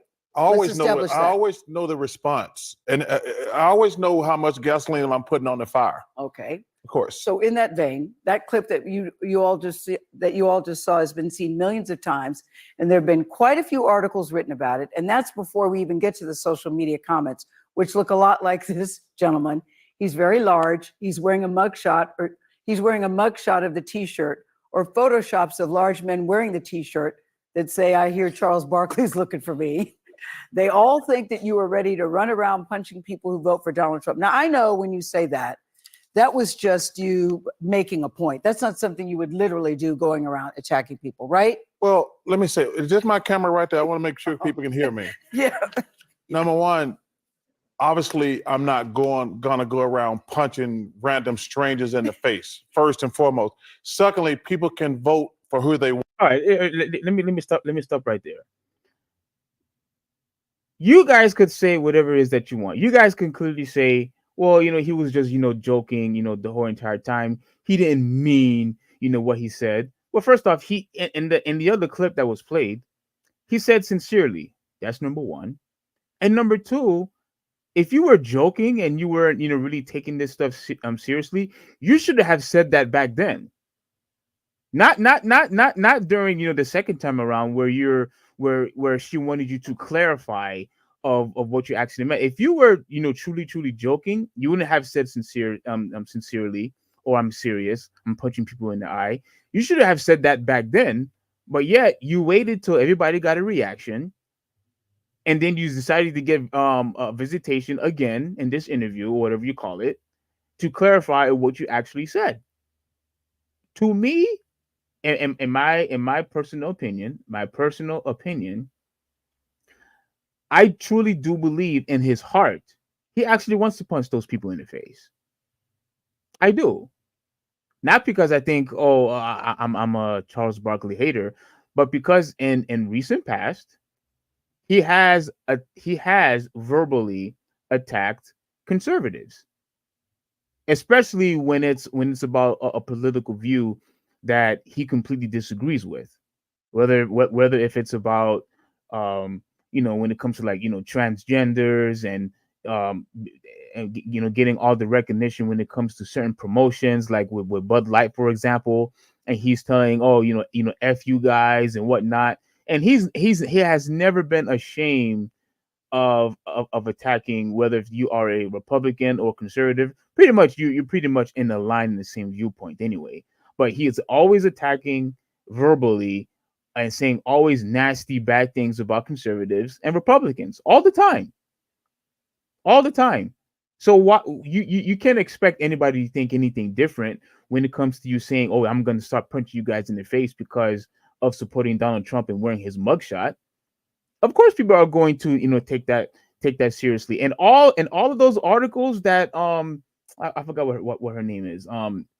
All of these articles here, that she pretty much showed, of course they're going to be written about you because you choose not to clarify what you said when you told people you was going to punch them in the face. Clearly, it's obvious that you don't like Trump. It's obvious that you don't like Trump. That's obvious. But what's so interesting about this is that he even said he is sick and tired of the Democrat Party because he's always voting for them, and then he sees no changes in the Black community. That's what you said. But yet you say that, but then in turn you want to start hating on Donald Trump for no reason when in my opinion the economy has boosted when he was president at the time. But yet you still want to complain about this dude, and then you seem to really hate Black people who support this guy. to the point where you want to start punching people in the face. Now, again, if you want to say that you were joking, that's fine. But in my opinion, I think you truly wish that you could punch every single person that supports Donald Trump. And especially if it's a black person, you want to punch them in the face. But let me continue on. Them strangers in the face, first and foremost. Secondly, people can vote for who they want to. Yes. People can vote for who they want to. The point I was trying to make. There you go. No, the point I was making. I wasn't trying to make it. Okay. When Donald Trump compares his plight with that of the black person, Yes. that is what I had a problem with. Mm-hmm. Now, I do want to say this. I want to make it perfectly clear. If you're a black person and you're wearing a Donald Trump mugshot, you are a freaking idiot. Why? What? Because why? Because all Donald Trump was trying to say at the time was that he is being discriminately I can't say the word right. He's pretty much being discriminated against the same way how a lot of black people say that they have been discriminately against. All the things that people are going at Trump after, saying that he committed this crime, he committed that crime. A lot of these politicians have committed the exact same crimes. The exact same crimes, but you don't hear a peep about them. You don't hear a peep about them. So why is it that you're only choosing Donald Trump when it comes to he did this, he did that, about his about his real estate and whatnot? All politicians do that. He doesn't pay, he doesn't pay his fair share in taxes. All of these politicians do the exact same thing. All these millionaires and these billionaires do the exact same thing. But when it comes to Trump, he's the only one that's doing it. He's the only one that's doing it. And now you Mr. Charles Barkley, who I still generally like when it comes to TNT and watching him speak, it is 100% clear that all you want to do is clickbait and name call all people who support Trump, especially if they're a black person. What you're essentially saying is that if you are black, you shouldn't be supporting this guy at all. That's my interpretation is. That's what my interpretation is. You don't want us supporting him at all for the sake of us being black. Get out of here with that garbage, man. Let's continue. And I'm only saying freaking idiot because they won't let me say what I really want to say. But you can figure it out. It starts with an F. Mm-hmm. But you are.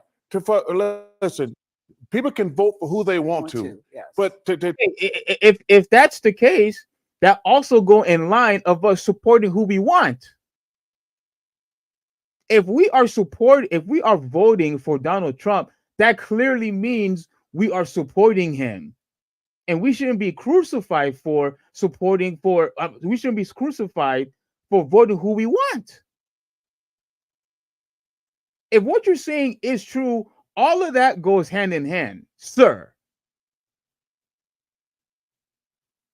For him to compare his plight with that other African, I don't even like that term, the black people in America is asinine and stupid. Mm-hmm. And like I said, you guys can put on those too small T-shirts like y'all got them on. Get a big size if you're going to wear it. Don't put on a medium and act like you got muscles. But that is so, that bothered me. That irritates. It bothered me because for him to compare a white billionaire who is in trouble because of stuff he did. Yes. Not because of stuff, like black people get in trouble stuff that happened they did not deserve to do. Yes. But for him to compare that to black people's plight, that's just stupid on their part. I appreciate y'all. I hope y'all got Nielsen boxes if y'all gonna wear those tight T-shirts around the house and somebody take pictures. But I'll stick by what I said. If you're wearing a Trump mugshot around, you are a freaking idiot. Yeah, so you see, you want to throw the F-bomb. You want to call us idiots. You're saying we're stupid. Like look at all the name calling, that you do. But yet at the same token, you say that we are allowed to vote for whoever we want. You are allowed to vote for whoever we want. If that's the case, why are you calling us stupid then? Why get upset of having a mugshot of Donald Trump then? it's a clear indication that we support the guy, and it's clearly as an indication that we support what his stance are and how he felt like he's being discriminately against, especially from all the people in the left. That's why. And if you are aware of that, if you understood the true context of what Donald Trump is saying, so what's the problem then? What is the real issue here? I know what the real issue is. The real issue is that you just don't like Donald Trump just for the sake of not liking Donald Trump. And you want all African Americans, you want all Black people, you want all Hispanic people to go and have the exact same view as you do. And because that we do not, that's when you want to start attacking all the Republicans and you want to start attacking all the conservatives. That's what you're doing. That's exactly what you're doing. You've been doing this all of last year, the year before, when it comes to different political views, and you're doing it now. All right, we're almost done here. But you aren't going to go just randomly attack people on the street. That's the only point I want. Unless they have the Trump sneakers on too. Unless they have the Trump sneakers on too. Now, if you got the mug shot, okay, you got the mug shot and the Trump sneakers on, you uncross over a line that you cannot get back. Well, they're $3.99. Some people say that's a good deal. But I was trying to help you. I said, you don't really mean that. I'm not going to go around. I'm trying to make the point, though. I'm not going to go around punching people. Yeah, that's what that violence is never the answer. Exactly. But violence is never the answer. But look at all the stuff you've been saying. All of that leads direct to violence, man. Look at all the stuff that you've been saying. And look at all the stuff you have been saying in recent past. All the stuff that you've been saying was nothing but negative about the conservatives, all because of our different viewpoints. That's it. That's all. So I honestly don't know what you're talking about. Like it's like you're trying to be on the fence on well, you're not picking one side or the other. You're trying to be on this fence, and you can't do that. My message is very clear. If you think Donald Trump is under the same umbrella as Black people, you're just stupid. Yeah. Look. Who said that he was under the same umbrella, as Black people? We understand that Donald Trump is rich. We understand that he's running for president. We understand that the guy has an ego or whatnot. But does he knows what he's doing when it comes to when it comes to policies? Does he know what he's doing when he's president? Is he putting this country first? If the answer is yes, then what's the big issue? If you are okay with his policies, then he's doing a good job during his presidency. If you don't like him just because of his attitude, or you don't like him because of the way he talks and whatnot, as long as it doesn't affect this country negatively, then just get used to it and appreciate the fact that he's taking care of this country. But you know what, Gail? We got big announcement. We got to move on. We had her on last week. Yes. And yes, Nikki Haley before Super Tuesday. I think. All right. I guess that's about it. All right. What are your thoughts? First of all, are you happy? You brought politics into the podcast when I told you not to. But regardless of that, you said what you said. Now I'm gonna say what I'm gonna say, and then we're gonna move on. I'm not having an argument with you. I'm not having a political debate with you or anybody else on the timeline on the chat. But I didn't interrupt you. I let you say what you had to say. You have to give me the same you have to give me the same respect. Right? Well, yeah. I thought you didn't say anything because I thought you was just gonna stay silent the whole entire time. To be honest with you, no. I have one thing. I don't give two flying fucks what Charles Barkley had to say about anything. I don't care. Okay, did I think he was gonna go around literally punching people? No. Here's what his point was. His point is, you have a bunch of niggas in this country who treat this man who treat Trump like he's a savior, like he's some type of he's some type of fucking, G or something like that. It's very easy to act the way that he acts when you are spoon fed, when you born into money, right? when you're born into money, you're able you can fail multiple times over and still maintain your fame. You could fail upwards. That's what he does. That's the great part about being white and rich in this country. You can fail upwards. Right? And you see a bunch of niggas who sit there and wear his mugshot like it's some type of badge of honor. When you have regular niggas when they have the mugshot, what do they look at? Oh, look at the black community. This fucking sad. Once again, another black man in jail. But yet these same niggas sit there, prop up his mugshot like it's something, like it's a badge of honor. That's what he's talking about. We trash the black man for being in jail, but yet we prop this nigga up from going to jail for what, like 5 minutes? That's what he's talking about. So again, I don't give a flying fuck what Charles Barkley had to say, but I understood what his point was. And if you niggas out there want to sit there and prop this nigga up because you think that the economy is gonna be better or whatever, that's fine. I don't give a fuck. But I'm not voting for him because I know who he is. I see through the bullshit. If you guys want to sit there and be blind to it, that's perfectly fine. That's perfectly fine, right? I think it's sad that this country, that the only people who can become president are two fucking 70-year-old men. Two decrepit, delusional 70-year-old men. I'm over it. But it is what it is. It is what it is. The person that's decrepit is Joe Biden, not Trump. I'm not. Again, what did you say? What did you say? You said you weren't going to interrupt me, right?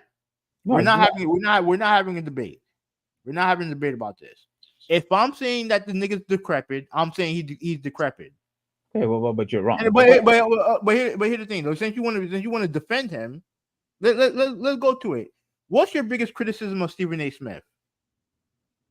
My biggest criticism of Stephen A. Smith is he's a snake, for getting Max Kellerman fired, despite the fact that he still continued to help you, the show being number one, right? So that's number one. Number two, the guy, I believe the guy, lies a lot in his analysts or in his in his shows. I do think he lies a lot. And the fact that he constantly likes to, I know he does it for entertainment purposes and why he has so much relevancy, but I do think when he disrespect NBA players like the name calling, the reason why I let the name calling slide is because that's pretty much invited in the sports world, right? Like that's invited into the sports world. Like that's an invitation, booing at people, saying that they're garbage, saying that that they suck. It's part of competition. It's an invitation. It's an automatic invitation. But when you do things like mispronouncing a person's name on purpose, yeah, like that, I don't think you should do that. I don't think you should do that. So I do think he takes his ego or his stance to a level to where he believes that it's perfectly fine to disrespect people, and then I don't think he should do that as a sports analyst. You know what I'm saying? But I don't understand the correlation. And you don't think Donald Trump harbors any of those same character traits? Perhaps. Yeah, but it's funny. It's funny. Hold on. It's funny. That's okay for him to do. But when it comes to Stephen A. Smith, that's a step too far. I can't support this dude. Do you understand the correlation? If you don't, then that's fine. No, because I had already made an explanation because I had a feeling where you was going with this, but I had already told you the disrespecting, the name calling, that's already was an invitation in sports competition anyway. And you're telling me that Donald Trump never done that in a political debate or any time during his career? I'm pretty sure. I know he has. You making it seem like it's exclusive to Donald Trump. It's not. No, I'm not saying it's exclusive to Donald Trump. Okay, so what I'm telling you is that all you guys let him slide with every fucking thing. You just use the thing, oh, he's a patriot, he's American, he's all about America. That's why you guys let him slide with that shit. But everyone else, you don't give him the same type of power. You don't.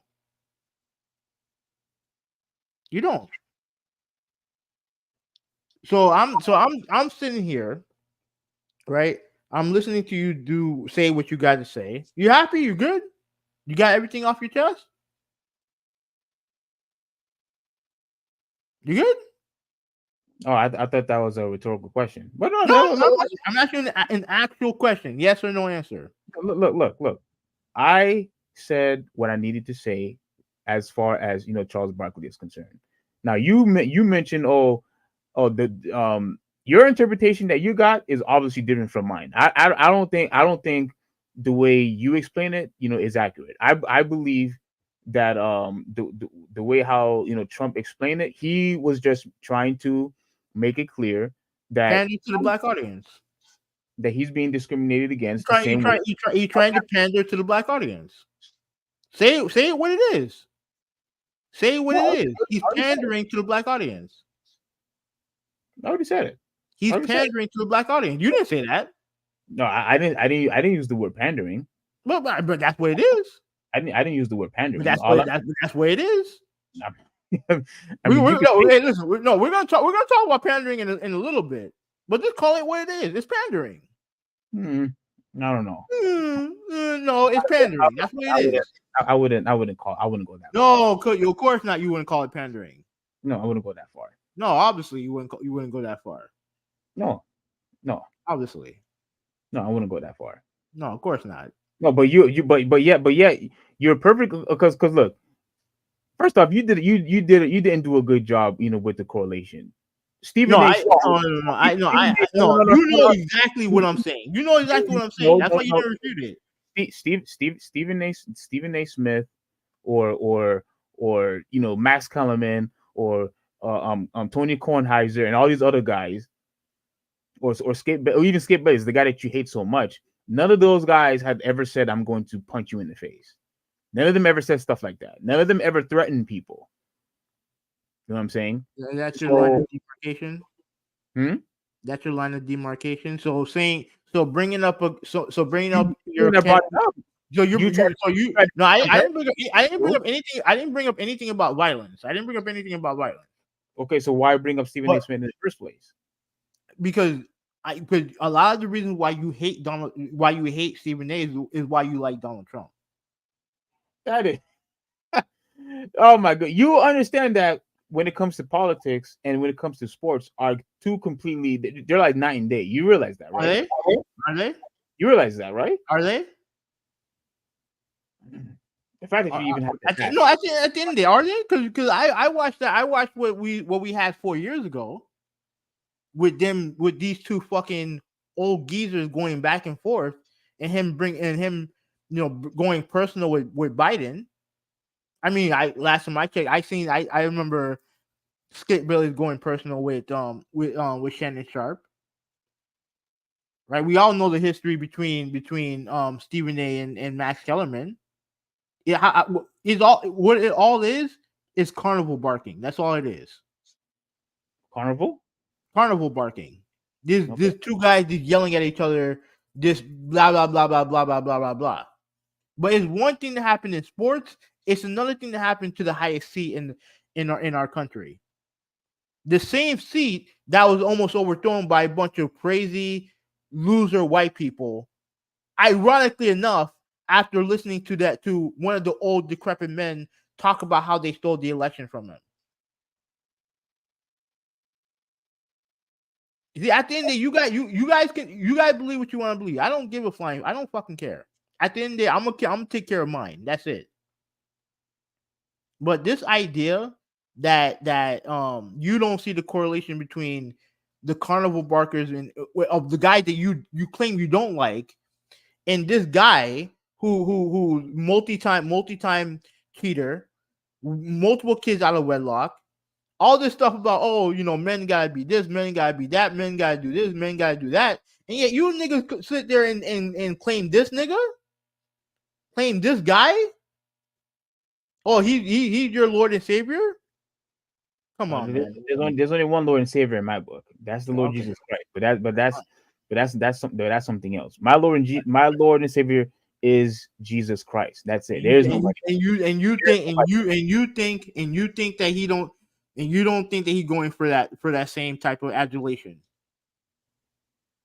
Look, at the end of the day, I don't view Trump as my Lord and Savior or the great white hope that people like to say. All I'm saying is that between the two guys, I think he would do the best job. Because here's the thing: you didn't give two flying fucks about politics until he showed up. Yeah, okay. You could say that. You could lie if you want to, but you know that's. I'm not. We've had more arguments over Trump and stuff like that over the past 4 years than we ever had when it comes to politics any other time. That's with you. No. So you talk politics with everybody else? You've been talking politics for years? When it comes to mainly the people at church. See, I can't prove you're wrong because I don't go to church, so I can't prove it. I can't prove that you're wrong. Of course you can. But when it comes to politics, we don't talk. The only time we've ever had arguments over politics is when Donald Trump showed up. And that's not a coincidence. You're not the only person that I talk to. That's fine. Okay? That's fine. So get that straight. But that's fine. But here's the thing. I talk politics for a long time. I fell off because it became a waste of time for me. It became a waste of time for me. Because you have two parties who are not interested in making the country better. You have individuals that do, but we all know the country's run by money. So what's the point of fighting for one side or another side when the only thing that matters is money? Well, the almighty dollar. Even with all of that, you're still going to vote. I mean, maybe not. Don't give me that garbage. I mean, maybe not. Even with all that being said, you're voting anyway. Maybe not. I don't know if I'm going to vote or not. Did you vote last? Did you vote not last? Did you vote at the last election? Yeah, I did. And what about before that? Yeah, I did. So what are you talking about? All right, so you're going to vote, all right? You're going. Like I said, I don't know if I'm voting this time. I don't know. I maybe not. But at the end of the day, I'm not like, for me, it's not to me, like, I'm not going to sit there and hero worship some loser from New York. I'm not doing that. I know what Charles Barkley is trying to say. I know what he's saying. I know what he meant. And again, if you guys agree with me, that's fine. If you don't, then that's fine too. But I'm done with this topic. Oh crap. We got some content. Yeah, let me read some. If this thing will scroll up. Okay. All right. All right, so Ryan Mills in the chat. What's going on? Malta said that he's going for Trump. I wouldn't say that about people wearing a Biden shirt. Exactly. Thank you, Malta. Yes, absolutely. No, but if Joe Biden was trying to pander to black America, which you already been accused of doing, by the way, also. But if you have people wearing shirts bragging about him going to jail or whatever, I wouldn't be okay with that either. Oh, please. I wouldn't be okay with that either. You shouldn't have been okay with when he said, "Oh, if you don't vote for me, you ain't black." Yeah, I saw the full context of what he said about that. Look, no, because I knew he was joking, and I also knew it was dumb to say. Mm-hmm. But I saw the full context of what he was saying. Did you? What was the full context? The full context. He was talking about how it was a long time ago, but he was talking about how. Just stop now while you're ahead. No, I don't remember, but he was talking. I think he was talking about something regarding Trump, and he said something. I think he was talking to Charlemagne the God about how, it makes no sense why people would vote for the right. And I agree with him. Why anyone black would vote for the right? Which I agree with him. The problem he made was the stupid comment he made about, oh, people should, if you don't vote Democrat, you're not black enough. That's dumb. It's a stupid comment to make. It's a racist But that's comment. what. But yeah, borderline it is. No. Yeah, you would definitely, if that's what Trump had said, you would have been like, oh, that's a racist comment. If Trump said it, would you call it racist? Of course. I don't think you would. Of course. I'm being real with you. I don't think you would. Of course, I would say that, that's a racist comment. You're pretty much saying that my skin color should dictate whether I should vote for you or not. Yeah, that's racist. I'm sorry, that's racist. You may not think so because it's Biden. No, because based on the context, I understood what he was trying to say. Oh, please. Yeah, it's just him saying it was stupid. I agree with you there. But if Trump said the same thing, I don't think you would have that same energy. I would absolutely have the same energy. I hope so. Because it is what it is. Just call a spade, right? All right. You don't do that all the time when it comes to him. It's obvious he was joking. It's common sense. He's referring to Barkley. I have a feeling he's only saying it's a joke because people had a problem with it in the first time. Exactly. Here's the thing with Charles Barkley. He don't give a shit what people think about him. He don't care. So I don't think he was pressured by what other people thought about it. I don't think he cares. But obviously it got a lot of attention, so they had to address it.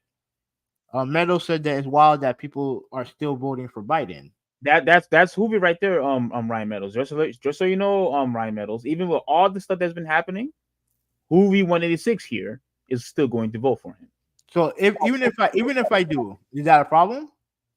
No, you can vote for who you want. But obviously it's a big deal to you. So obviously it's a problem. Why are you addressing me? He's the one that wrote the comment. No, he mentioned the comment. You pointed to me. Yeah, exactly. You came to me because as an example. So I asked you. No. He made a comment. You pointed to me. Yes. So obviously I'm asking you, what's the problem? No, I'm just saying because he's no. I asked you. You came to me first. All I did was read the comment. His comment was not geared towards me. Okay, but you are part of those people. You're the one that came to you. You're the one that came to me. So what's the problem? He said, "What's the problem?" Okay, I'm telling you what the problem is. No.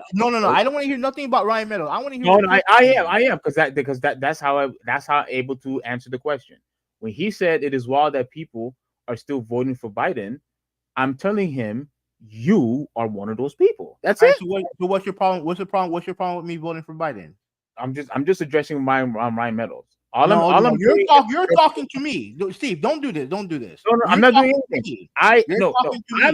He is the one that put the comment in the comment section. You pointed to me. You put my name in it on it. So you tell me what's the problem? Okay, okay. Who 186? Are you one of those people? Yes or no? Why? What's the problem? No, are you one of those people? Yes or no? What's the problem? I'm asking you a question. If I am, what's the problem? No, are you one of those people? If I am, what's the problem? So clearly, you're not going to answer the question because no. Shame of answering the question. I'm not saying nothing. Don't do that. I can say right here in this podcast, traditionalist 101, am voting for Donald Trump. That's what I'm doing. Okay, are you going to vote for Joe Biden? I don't even know if I'm voting. I told you I may not vote. Oh man, you're so full of crap, man. You're so full of crap. I said I'm not. I may not vote. But what if I do? What's the problem? There's no problem. No, there clearly is a problem because you pointed to me. After you read the comment, you pointed to me. So what's the problem? There is no problem. I'm just telling you. No. There clearly is a problem. Steve. Let's talk. I don't want to continue this. You're trying to because all I'm saying. No. You called me out. You called me out. So I want to hear from you. What's the problem if I do vote for Joe Biden? and I just answered the question. There is no problem. No. If you could vote for Clearly there is. vote who you want. I know that already. Okay. But you pointed to me and told me, oh, you see who? Oh, that's Hoobie right there. So what happens if I do vote for Joe Biden? What's the problem? No, I mean, look, like if you vote for him, clearly we're going to be in the same position to where we are now, and clearly, it goes to show that your hatred, for Donald Trump, is the reason why you voting for this guy. It's not about hatred. It's not about hatred. It's not about hatred. I know who he is. That's why I'm not voting for him. Why would I vote for someone who has the complete opposite values that I do? Why would I? I mean, you guys talk about all the stuff that he done for black people, like HBCU. I don't fucking go to an HBCU. Oh, will it help millions upon millions of students? Yes. Just because it didn't affect you directly doesn't disqualify it for being a good thing. I don't fucking care. I don't care. So do not give me that garbage. That's what you just said. It was just plain garbage. Oh, you can call it garbage all you want. I don't care. It helped 10 million people over here. It helped tens of millions of people over here. Oh, but because it didn't help me personally, it's irrelevant to me. It is relevant. Just because it didn't help you personally doesn't disqualify it for being a good thing. Yeah, I don't give a shit. I don't care. Exactly. Of course you don't. You don't care about anything. Let's move on to the next comment because you don't care about anything. There's stuff I care about, but giving a white dude golf clap for helping black people when if a black president didn't, he would get criticized for it. I'm like, what am I gonna do? Come on, it's BS, man. The economy always temporarily boosts when a Republican president. Yeah, because they're there for the money. We were people. We like much. We were people. We like mugshots all the time. I've never been a fan of mugshot photos. I don't understand. I've never understood the popularity of it. The economy needs this boost. Everything has gone to shit. I don't know, man. I see people moving in, making money. Like the only people who seem to be struggling are those who are poor people. Everyone else seems to be getting richer and richer. I just need to be on the podcast to talk with y'all about games, anime, comics, etc. I agree. That's what. Well, not comics and anime, but No. If we could talk about comics too. We could definitely talk about comics too. But the problem is you don't like comics. That's why. That's fine. But to me, all I want to do is just talk gaming and sports. That's it. Nobody can afford a place to stay.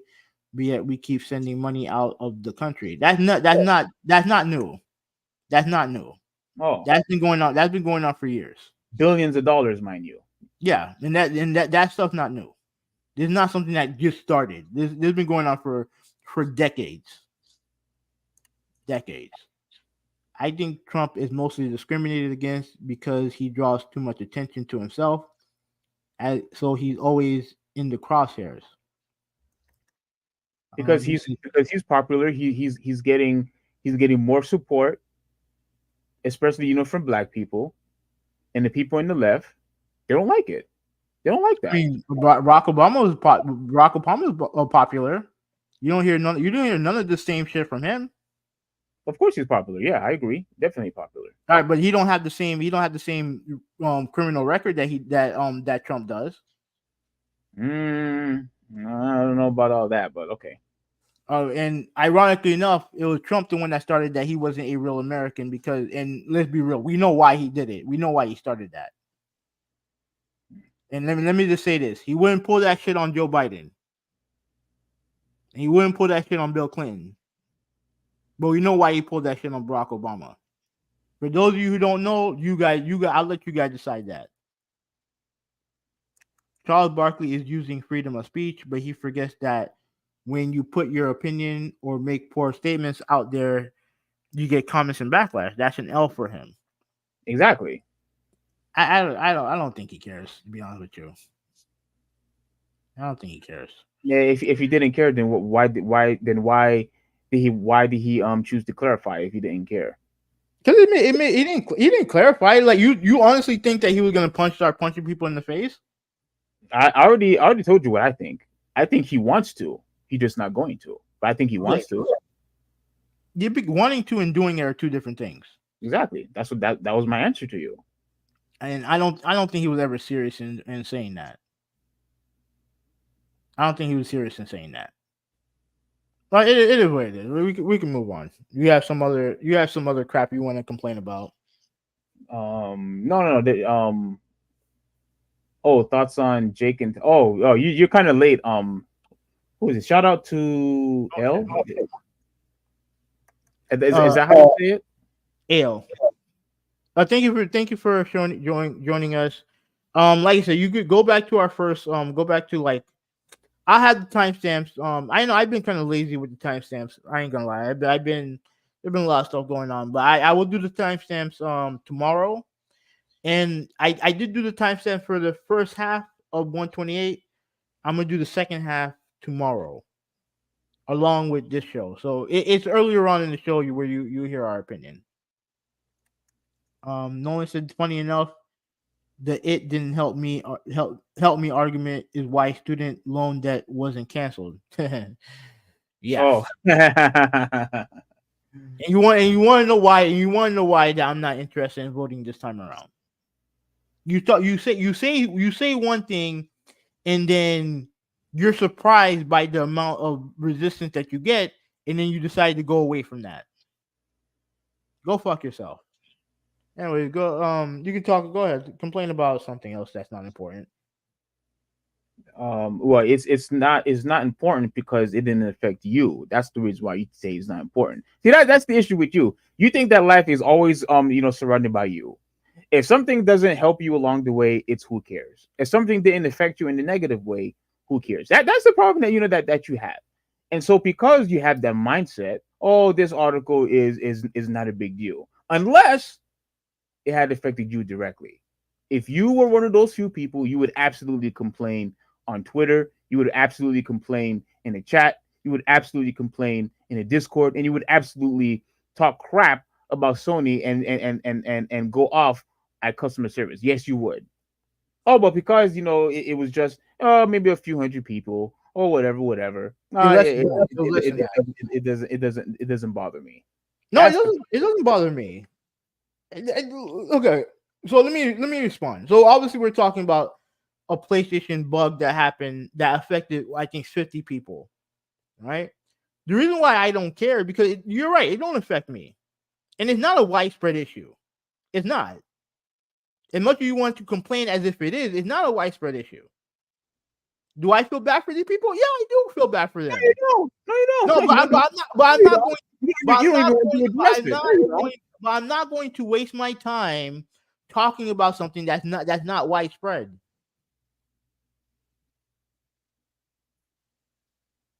Like the problem with you is that you think that everything is such a big deal that everything has to complain. You're acting like a Karen. You make every little thing into something bigger. Now again, if PlayStation is not going to help these people, then obviously they should move on, go somewhere else. Absolutely, they should go somewhere else. That's your solution. Yeah. Absolutely. If they're fucking you over, then fuck them and move on. And sue them if you want to. Yeah, that's easy. That's easier said than done. When you have all of your life game purchases and whatnot, all of the cosmetics that you bought, all the downloadable content that you bought is all gone. It's not just easy or just move on. It's a much difficult task than that. It's way more to it. I'm not continuing giving a company money if they're not going to help with my problems. That's my point. If you're not going to listen to my problem, then I'm going to move on. You're going to lose a customer. But go ahead, do this topic. All right, so I'm going to make this. I'm just going to make this short and sweet because clearly whoever you wanted to hear has no interest in talking about this. as you all could clearly hear and see. But PS5 owners lose access to hundreds of games and digital purchases wiped from their accounts. So I'm just gonna try to just read the most important parts. Um, I guess I'll start here. Like this one is crazy. So it wasn't long ago that PlayStation sparked outrage when it said it would remove Discovery video content from people's libraries, even though they had paid for it. I think we talked about this, and yeah, that's a very big deal. PlayStation later backtracked, but a similar unintentional issue has now come up. A random bug that's wiping digital games from people's libraries. The bug is affecting PlayStation 4 and 5 and PS Vita, and fans are certainly not happy about it. Like, well, of course, they're not going to be happy about it. All the games that I bought, yeah, I'm going to be freaking furious. All right, let's continue. At least 50 PlayStation owners have reported that their digital games are going missing. So there you go, Heaven. We don't know the exact number. We don't know the exact number. At least 50 reported. At least 50. Yeah, which is not widespread. Is it widespread? No, it's not. So far, we'll wait to see the totality of the people who complain. That's all. I mean, right now we know about 50, which is not widespread. That still doesn't make it Never said it did. Huh? Never said it did. But it's not a widespread issue. One affected by the bug went on Reddit to explain what's going on and vent their frustration that no longer can access some of their games in a post that has attracted others with the same problem. But for the last few months, there has been a bug impacting a relatively small amount of PlayStation network users, in which all digital licenses, including purchased games and titles added to one's library via PlayStation Plus, become decoupled from their transaction history, which shows you purchases from those DSUDs said in their post. So this is pretty much his complaint of what he went through, of how all of his games pretty much went missing, and he doesn't have access to their games. And I think there was one guy who, let me read it. So I have been dealing with the same issue for 3 months and have not been able to get PlayStation support to help. At first, they told me it was a hardware issue, so I bought a new PS5. Like in all seriousness, he had to buy a PS5 because pretty much customer service lied to him, saying that it's a hardware issue. So then he bought another PS5, and he says, "Guess what? It did not fix it. Now they're back telling me it's a hardware issue and have ghosted me." Crappy customer service. Another poster pleaded for answers, and they lost access to 400 games after trying to restore them once the bug hit their account. I'm a PlayStation user since PS3, and this account bug is really bad. I hope Sony and PlayStation gives a real solution. And if someone knows how to resolve this huge problem, please let us know. Now, let me say this, real quick, because I fear two things. And number one is, I truly hope, and I think I'm wrong about this, but I truly hope that Sony, PlayStation, whoever, do not have the exact same mindset that Hoovy 186 over here have. I truly don't. Because if what these guys are saying is true, that they have received no help, maybe, just maybe, if Hoovy's right that there's only 50 people, and let's just say that's the max. Let's just say that's the max. It's only 50 people.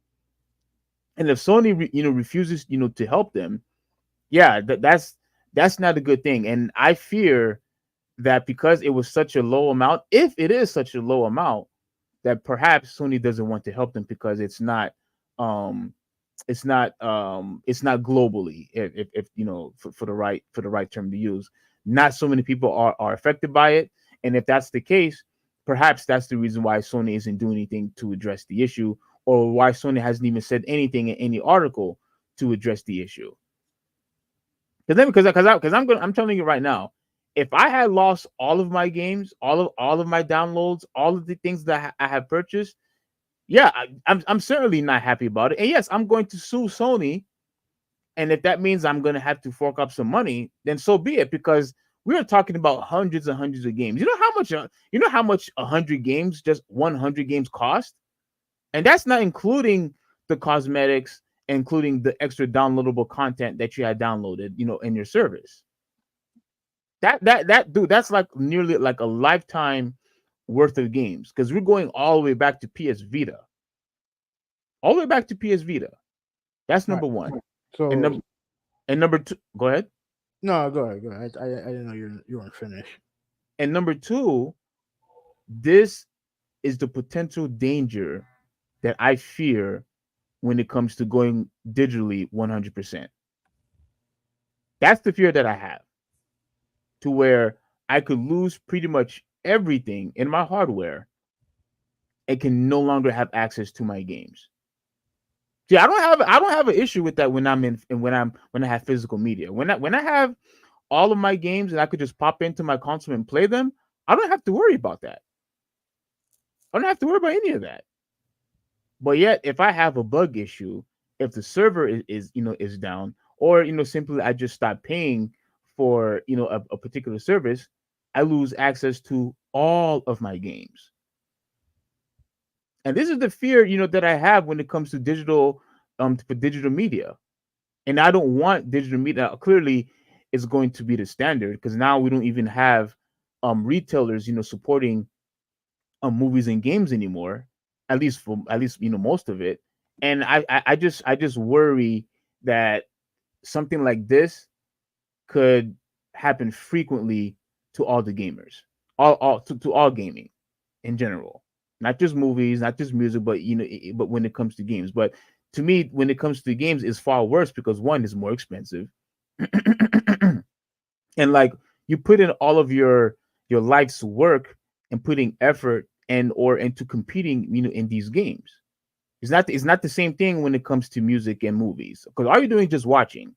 You're putting all of your emotion, all of your money, and all your hard work, especially if you're competing, into all of these games. So yes, it could definitely hurt you, by a mile, like by a lot, if you no longer have access to these games anymore. What were you gonna say? Okay, first of all, if I was PlayStation, I would take care of the situation on an individual basis. If that's customer service, that's what my job is, to provide help for the customer, regardless if it's a widespread issue or not. Now, I think there would be more of a solution, a global PlayStation solution, if it was a wider spread issue. My contention is that we're talking about a situation that ultimately affects 50 people. And I personally don't want to talk about it. But since you do, then that's fine. But if I was PlayStation, I obviously would be handling the situation. They're two completely different things. They are? Yeah, they are. Okay. Yeah, so not wanting to talk about it and handling the situation, if it's my job, are two different things. You don't think Sony PlayStation is in the obligation to address it? Clearly, they're obligated to address it. That's up to the individual to address it. But it's not my obligation to go on YouTube to bitch and complain about it.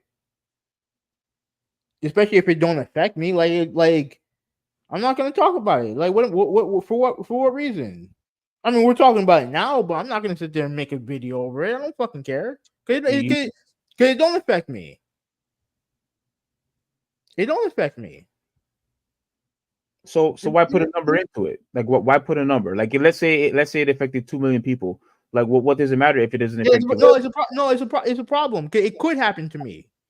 The more likely something's happening, the more likely it can happen to me. If one person PlayStation 5 blows up, then I'm thinking, oh yeah, what the fuck wrong with this dude PlayStation? But if 30 million PlayStation start blowing up, yeah, that's a problem, because now it's more than just one person having that problem. It's not just one person being human error. The likelihood that something's wrong with the device, that's probably the problem. Now, again, something could be wrong with the system right now. But if only 50 people, if it's happening to only 50 people, then I'm going to be like, okay, I don't really have to worry about this. But if the numbers start to grow, then yeah, I'm gonna have to worry about it. Cause there's a higher chance that it could affect me.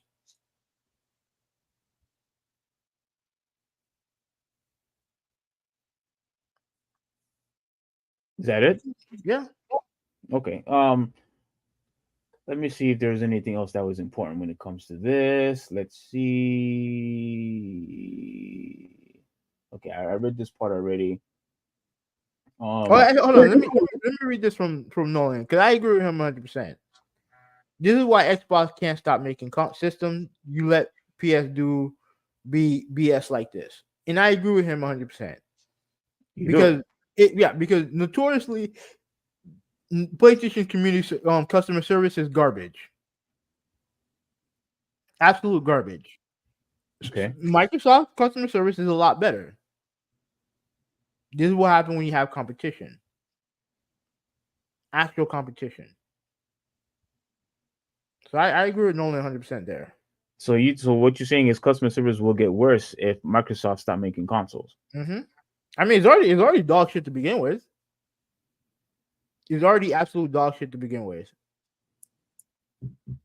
Well, I mean, but even with all of that, it still doesn't change my position of this is one of the reasons why I just cannot support 100% just gaming digitally. I can't. I don't blame you for that. Like, that's not like that. Look, you have to understand. This is not argument. This is not me protecting Sony or anything like that. This is not what this is about.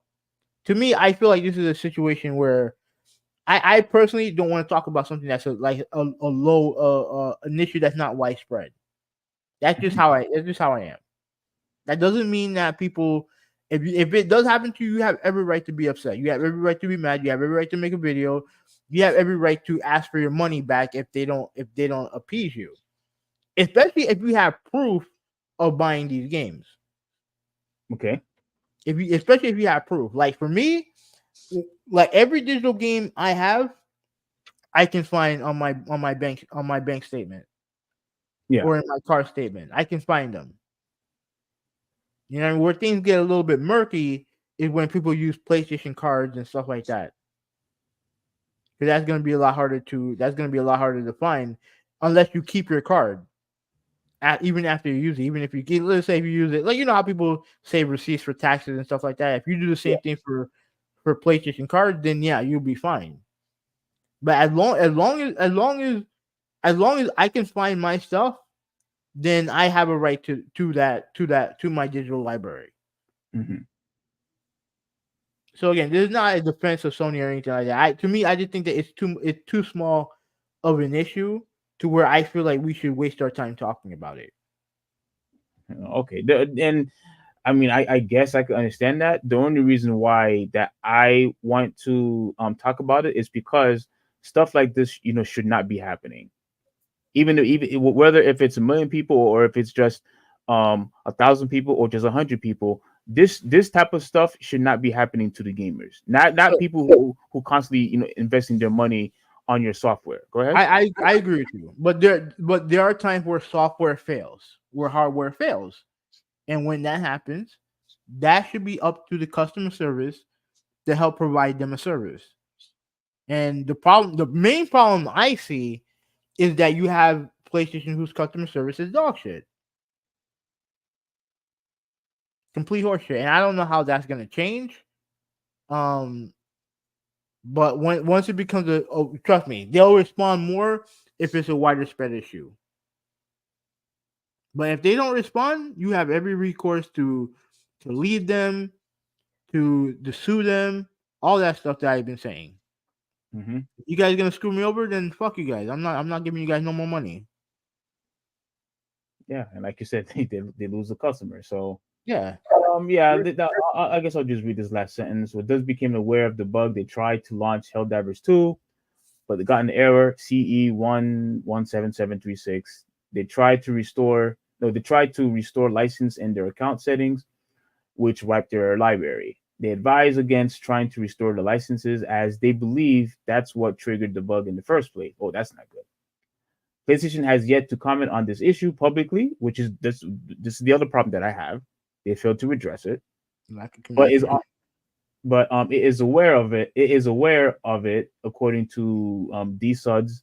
Metro has reached out to Sony, for comment, and okay, so that's pretty much it. So I don't want to continue reading more of it. But clearly, this is a big problem because, like I said, this should not be happening, regardless of what the number is. It should not be happening, and you could also clearly see when you have everything that's digital, you no longer have any control.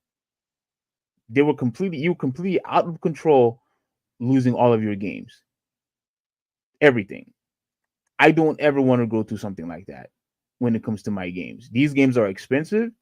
It takes so much effort to beat these games, and I want to continue to game, for the rest of my life. But if I'm going to have to continue to deal with stuff like this, because we had already had I mean, the topic is not this essentially the same, but when I talked about Final Fantasy 16, how I was worried about my PlayStation going off, playing.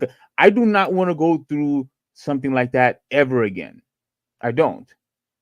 It's I work so hard, for my money, and I'm clearly you do too, Hoovy186, and those of you in the chat that's watching. Once again, appreciate you guys watching, and if you guys could give a quick like on this podcast, I would greatly, really appreciate it. But you put so much time and effort into these games, and I do not want to deal with my PlayStation breaking, or a game causing my PlayStation to break, or losing all of my games because of some bug issue. I feel like I'm in a much more of a comfort zone, in a more of a safe haven, when all of my games are just physical. That's why I will always prefer physical media over digital. I have more control of what I want to play. I could do whatever I want to do, with my games, and I don't have to worry about this type of crap, this type of nonsense that these people unfortunately have to go through. And I hope that they get all of their games back. And I certainly feel bad for them, and I truly hope that it doesn't get worse from what already is. So Sony, do your job and fix the issue. Yeah, I agree. No one said 50 people. Sony should have been on this on an individual basis, since it's so small. But it's probably bigger, and 50 people complained. So we'll see. I don't think you read Ryan Meadows' comment. I don't know what he's referring to here. So.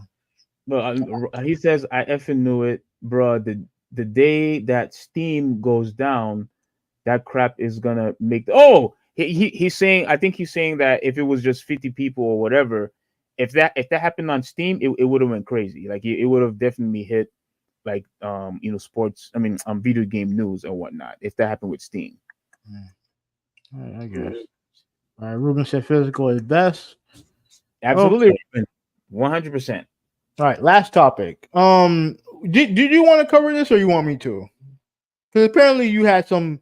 You could cover it. You could cover it because since you have the do you have the video also? Video of what? Of the article. No, I don't know. I don't have the video. Right. All I have, I know what this is. So this blew up a couple, like pretty much like last week. This blew up, right? Now, for those of you who don't know, this is a company called Sweet Baby Inc. And I'm on their website right now. Founded in 2018, Sweet Baby Inc. is a narrative development and consultation studio based in Montreal and working around the globe. Our mission is to tell better, more empathetic stories while diversifying and enriching the video game industry. I know I'm triggering Steve right now. We aim to make games more engaging, more fun, more meaningful, and more inclusive for everyone. So what they basically do, and it is pretty much their staples right here: writing, narrative, representation, and development. So pretty much what they do, they reach out to companies like an EA or PlayStation or whatever, and they offer their services as far as get consultation as far as like what should we put in the game, what we can't put in the game, and all the other crap, right? Now, the reason why this became a big deal is because a lot of people now, and this happened on Steam. Right? I don't have the picture. I don't have the picture here, but there was a list of games that this creator on Steam had where it showed what games they worked on. They have some of those games here: Alan Wake 2, Sable, Battle Shifters. I think I remember reading, Spider-Man 2, God of War, usual June. I think that's what it's called. And they have, obviously they have all the clients that they have here: Microsoft, EA, Valve, Santa Monica, Warner Brothers, Square Enix, Ubisoft. So they have a lot of people who go for their services, right? Now, I'm sure that you're not a fan of this, Steve. Of course not. Now, here's the thing. Let me give you my thoughts right away. I personally don't care. Shocker, I don't care. Here's the thing. They provide a service, right? If you don't want the service, that's fine. If you want the service, that should be fine too. Because at the end of the day, the only thing that matters is if the game is good. That's all that matters. You know what I mean? Like at the end of the day, that's all that should matter if the game is good. Now, this company is some of the way that they've been reacting to it, some of the leaders that they have up there are acting like fucking morons. Or acting like absolute fucking morons. For some reason, they're trying to hide what their true intentions are. And I'm like, there's no reason to hide it. We all know what you're there for. You're there to put your touch on these games so that they're not perceived as just being only for white people. We know what you're doing. Just come out and say it. You don't have to hide from it. And I think one of the leaders even criticized Akira Toriyama for having the best and worst depiction of black characters in gaming in anime or whatever the fuck it's called. Right? Like, it's like you guys are bringing all this unnecessary attention to yourself, which you're not going to get good attention anyway, because we know how some gamers are. If you mention diversity, they're going to get pissed off at you. But the way they've been acting has been dumb. It's been straight up dumb. But at the end of the day, whether the developer or company or whatever, publisher or whatever, gets their services or not, the only thing that I care about is if the game is good. That's the only thing that matters. Because I remember I think they helped work on Suicide Squad. We talked about that game, right? That game looks like absolute dog shit. Straight up. It don't matter if Sweet Baby Inc. was working on that game or not. That game looked like absolute dog shit. It's a far cry from where they were at when it comes to the Arkham series. Okay. So, as far as I'm concerned, it's not a big deal to me, because at the end of the day, all I care about is if the games are good. Okay, you keep saying that. You keep talking about as long as the game is good, and whatnot. And I've been trying to tell you, and for the past year, when it comes to gaming, and the reason why I include movies into this, and the reason why I include and comics into this, is to show you that we want the whole entire experience of whether if we are reading something, watching something, or playing something. Gameplay is not the only thing that factors in of how to have a very good experience in a particular game. It's not just gameplay. It's the art style, it's the graphics, it's how the game looks, etc., etc. There's a lot of experiences that you and I and people in this chat have had when it comes to games outside of gameplay. How a character looks. It actually does affect a lot of people. In fact, I'm going to use you as an example so I could call BS on what you said. there's a particular game that made you less interested because you felt like the characters were generic. Do you remember what that game was? No. You don't remember what that game was. I remember what it was. And now I'm going to tell you what it is. You complained. I can't remember if it was 6 or 7. You complained about Tekken either 6 or 7 about characters that looked uninteresting, characters that looked so generic, characters that was just so unappealing to you. Nothing to do with gameplay.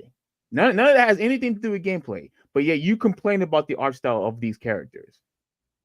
So don't sit here and tell me that, oh, as long as the game is good, oh, that's all that matters to you. More than just gameplay matters to you and matters to all gamers. Did I buy the game? We care about if did I buy the game? You still complain about it? Yes. Yeah, but I still bought the game. You complained. I bought the game. That's my point. No, I bought the game. That's what, because I don't care about the characters. But the game is still good.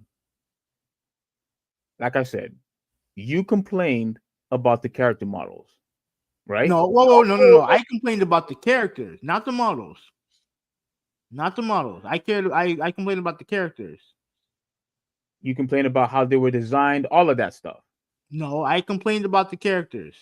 I don't give a shit about their design.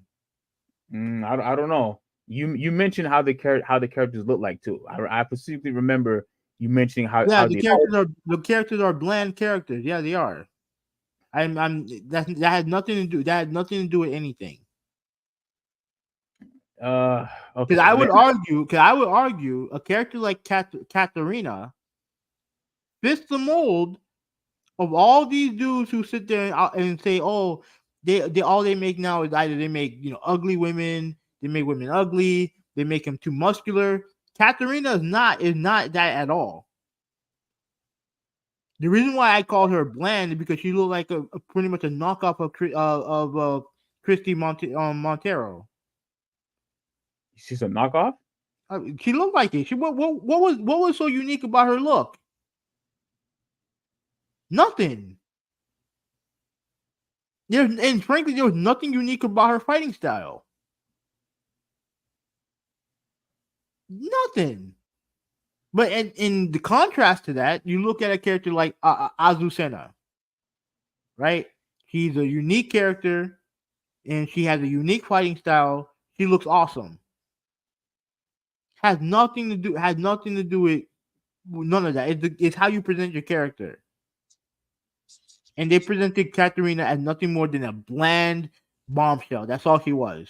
But you can't sit here and tell me that gamers do not care about what a particular character looks like, and they don't want whether if you want to call it wokeness or diversity or virtual signaling, whatever, they don't want to see those things in their games. They don't. Diversity this, diversity that. All they want is for you to make good games outside of all that other nonsense that you're trying to put into their games. They don't want that stuff. They don't. And for you to say, and now a lot of people think they have the same position as you do, that as long as the game is good, like who cares, what the character looks like, or who cares, what the story entails and whatnot. No, people care about story. People care about the character models. And if people are going to complain that they took a particular character, like for example, Laura Croft, and how they changed, her, and how they changed, her outfit or whatever, yeah, they're going to complain about that. You mentioned it the same way when it comes to Mortal Kombat. All of the female characters where you said, oh, they completely changed, the look of all the characters. Yeah, people are going to complain about that. And all of that is outside of gameplay, mind you. All of that is outside of how the game is played. The thing is, I believe you and other people believe that you should keep, I guess, the art style separate from gameplay, and you should, and that shouldn't be. I wouldn't go that far. But no, I think you would, because, and I wish Seafrin was here too, because if your position is gameplay is the only thing that matters, then you should be perfectly fine if every single character is nothing but a bunch of stick figures. As long as the gameplay is good, what does it matter? But no, it does. Brother, they have a game. They actually have a game that's like that. I think it's called Footsies. But look, obviously you want cool characters. You want to use cool characters. You want to use You want to have some personality in your fighting game, right? Or at least in your game period. I'm not disagreeing with you there. Okay. Here's what my disagreement is likely going to be with you. You mentioned Mortal Kombat. What do you think is the biggest problem with Mortal Kombat right now? It's not the characters. It's not how the characters look. It's the lack of content in the game. That's the problem with the game. Lack of content, and to me, I don't like the cameo system. That has nothing to do with how the girls look. Like none of that shit matters at the end of the day. Because the girls look beautiful. They're as buxom as they ever been. The game is still gonna lack content. The game is still gonna be where it's at right now. That would just be more stuff to complain about, in my opinion. But yeah, but you get what I'm saying? You guys are complaining about this when the most important thing is the actual game. To me, you can add a pair of double Ds ain't gonna help them. It ain't gonna make a game better. But based on how some of you guys complain, that's what it seems like to me. No. Let Joe is in the chat also. So shout out to Joe. Yeah, it's been a long time. Yeah, shout out to Joe. Since he's in the chat, I'm going to put him on there because he was actually in the conversation with us at the particular time. And I think we talked about this before. But all of those times where you, me, Joe, and even Ryan Meadows, because we know how much you love his Cammy. We know how much you love his Cammy. We always talked about which fighting game female character is the most prettiest, is the most good looking, and whatever. We still have those conversations till this day. We still have those conversations. That is outside of gaming. That is outside of their move set. That is outside of their story. We are just specifically talking about which character looks the hottest or looks the prettiest. Who's the most beautiful girl in fighting in the fighting game genre. We talked about those things. All that does is enhance the experience, because now we can have more conversation about the game outside of gameplay. That's a good thing. People have always cared about the art style of a particular game. This is not just exclusive to comics. This happens in video games also. Which is why I was trying to let you know, there's a lot of people that complain about, this comic does not look good. This comic does not look good. And then you have the other side that will say, well, as long as the story is good, well, what does it matter? No, it matters to a lot of people.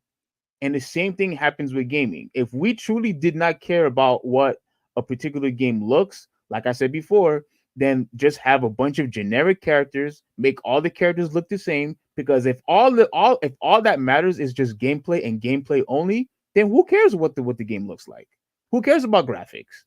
Who cares about the lighting? Who cares about any of that? Just as long as the game is good. And that is not the position that we as gamers should take, because although it may be subjective to most people, the art style still matters in gaming, not just gameplay.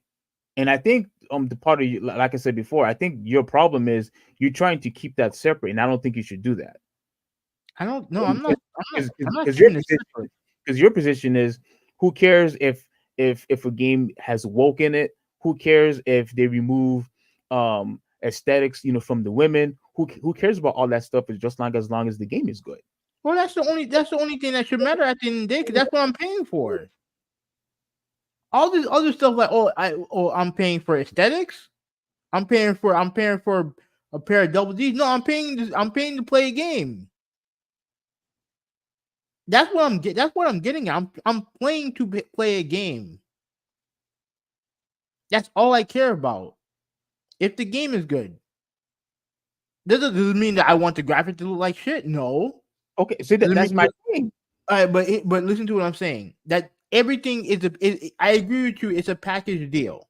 Yes. But if the but if the gameplay is not good, nothing else matters. Yeah, I agree. Nothing else matters. All right, then what's the pushback for? If you agree with me, then what's the pushback for? Well, there absolutely should be pushback, because just because we agree that the gameplay is the most important thing, that still doesn't mean neglect everything else. No one's saying anything about neglecting anything else. That's not what I'm saying. But this idea that oh, I'm gonna get upset because Sonya Blade's breast size went smaller.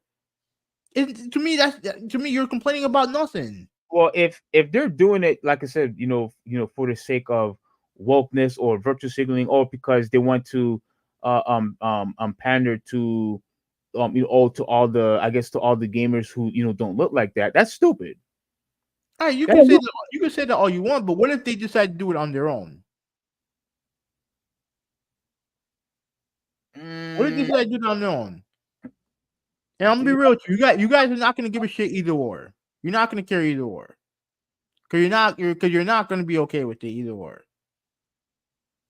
So I feel like a lot of the whole pandering and all the other stuff, I feel like it's just a scapegoat for what you guys really want to say or what you want to do. You don't like the fact that the game changed. You don't like it, and that's fine. Just admit it. Just admit it. Yeah, I don't think there's nothing wrong saying that either. Yeah, if they don't like the fact that they changed the game to appease a particular group, yeah, that's going to piss people off. Even if the game is good, that's going to piss a lot of people off. We've seen it happen already. That's fine, and that goes contrary to what I believe. Because I'm not paying $50, $60 just to see a pair of boobs. I can go online and see it for free. I'm playing to play a game, and if the game is good, then everything else I can leave her to take it. But the reason why I was trying to tell you I told you so is to prove to you that based on what you have read, that this is the type of stuff that's happening, and why people are getting upset with all the new games that's been coming out lately, and why they believe that they intentionally making females look ugly, and that they're intentionally making especially the women just not appealing like they used to be. You know what I'm saying? And if they're gonna, huh? But that's not. But that okay. That's perfectly fine, Steve. But that's not the reason why I play these games. It's just not. Like, if you want to sit there and be like, "Oh well, they're trying to desexualize women," that's fine. That's not. I'm not playing. I'm not buying a Mortal Kombat because of boobs. I'm not. If that's all of a sudden that's what you guys care about, then that's fine. That's not what I'm playing. Because I from Mortal Kombat 4 up until Mortal Kombat 9, I didn't bother playing those games because those games for the most part were garbage. Those games were garbage, and they had all the sexualization of these characters all throughout. But the reason why I started playing 9 is because the game was good, and it still had a lot of the same sexualization in it. See, for me, I'm being consistent. I want to play the game because the game is good. Everything else is not. It doesn't, like, all the other stuff is either you take it or you leave it. But at the end of the day, if the game is not good, I'm not buying that game no way. It don't matter what's in it.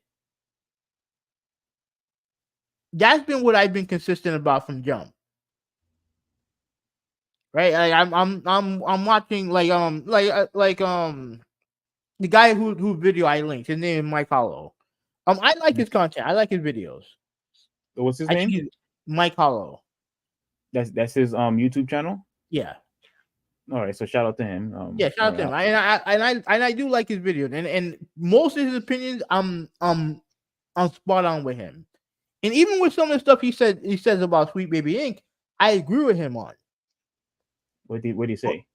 No, he just said about how they're trying to. One, he criticized some of the leadership in that company for being dumbasses, and I agree with him there. He criticized the company for trying to kind of like change stuff when it comes to their website to try to not be so I guess what you would say they tried to hide some of their true intentions, right? So I agree with him there. But one thing he said I don't agree with him on is he's talking about God of War, right? God of War Ragnarok, where he lamented the fact that a game based on Norse mythology has a section where you as Atreus you pal around with a girl who's dark skinned, right? Because in his mind he feels like everyone, since it's Norse mythology, everybody should be white. And here's the thing that I'm trying to understand from the dude, right? So you have a game where you're playing as a God of War who, based on Norse mythology, doesn't exist, right? Kratos doesn't exist in Norse mythology. He's fighting all these creatures. He's using all these crazy magical weapons. But yet we're gonna draw the line on, oh well, there's a black girl in the game. Oh my god, the horror.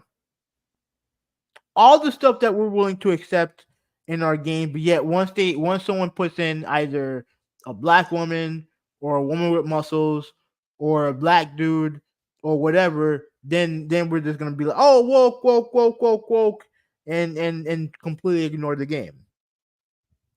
I'm not willing to do that. At the end of the day, and I've been consistent on this, the only thing that I care about is whether or not the game is good. If God of War Ragnarok was dog shit, I wouldn't even touch it. I wouldn't even talk about it. Wouldn't even talk about it. Okay, but before you continue, was there anything else in that article that you wanted to show? Well, it's not an article. It's actually their website. And most of the articles that you read are pro Sweet Baby Inc. anyway, so it's not worth reading. It's not worth reading. They're in favor of Sweet Baby. Yeah, it's not worth reading if you're not going to, at least if you're not going to have a critical thought about them. And this is why journalism in gaming is so garbage, because everything is agenda driven. Everything is agenda driven. That's why the whole Gamergate thing happened. I thought the whole Gamergate happened with all the censorship and stuff. It's partially to do with it, but it's a lot more than that. But what it was gaming journalists hiding the intentions of certain individuals in the community, including Anita Sarkeesian, Zoe Quinn, and other fuckboys, including Adam Sessler, that piece of garbage. You're still mad that he blocked you on Twitter? No, he had me on my new account. He's not. I'm not blocked, but I don't follow him or anything like that.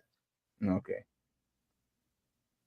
So I mean, to me, look, at the end of the day, going back to Sweet Baby Inc., they provide a service.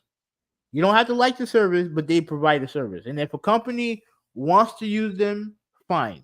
If a company doesn't want to use them, that's fine too. Because no company should be forced to work with them if they don't want to. Yeah, but at the same time, a lot of gamers fear that if you're going to use that and try to apply it, in all games, they fear that it's going to compromise the game overall anyway. I mean, maybe not, but the fact that you said maybe, yeah, that's a problem. I mean, if it does, it don't. At the end of the day, Steve, as long as the game is good, it doesn't matter to me. Okay, but shouldn't it be just based on, like you said, yeah, it should be based on if the game is good. Obviously, the art style, all that stuff, matters.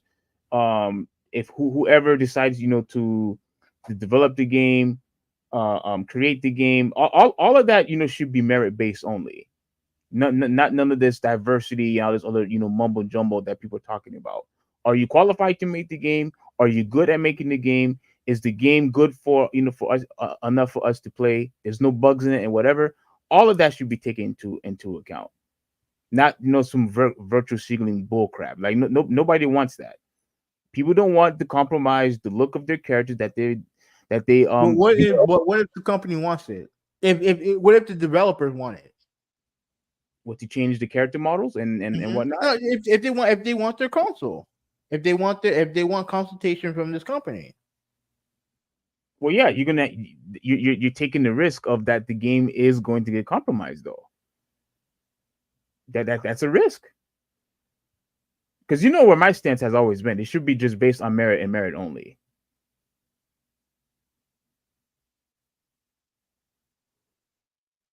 Okay. So yeah, so that's pretty much it. Damn, I didn't realize it was 3 hours and 26 minutes in. I mean, I guess we're making good time. Yeah, you could read the last comments. Gameplay is what I take into account over art. That's why when I find Suicide Squad for $16, is getting bought. I think that's a bit too much for that game. Like I understand what you're saying, Ruben, that you would take it, over art. But I'm telling you right now, graphics is still part of art, and there's millions and millions of gamers that will not buy a game even if the gameplay is good, but the graphics is trash. But let me ask you a question. Do you think Sweet Baby Inc. is the reason why the game looks like dog shit? If the game looks like crap, it depends. Not played, but looks like it. Because I would say no. I don't think they have anything to do with how the game looks. Well, I really think it depends, because because at the end they say somewhere down the line that you have to have a diverse of developers making the game too. I think that goes alongside with that. Maybe, but like they're not going to put anyone in there who don't know what the fuck they're doing. Well, see, so it's not merit based. That could definitely compromise the gameplay of the game. Yeah, but you think it's always been merit based? Because I would argue no. If you know somebody and they get you a job, even though you may not be the best qualified, that's not merit based.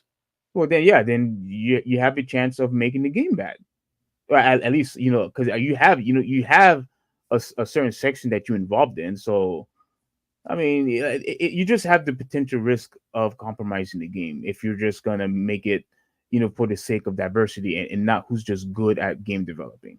All right, that's fine. But like I said, if you know somebody in game development, and they get into and they contact you, and you get into, you connect with the right people. It's always been about who you know and not what you know. It's always been about who you know. It's always never been about merit or anything like that. That's to me that's a farce. Okay. Fair enough. Joe said, "No, that's just us being horny. I follow and print mad hotties, but never watch or play their games or show. Is just eye candy."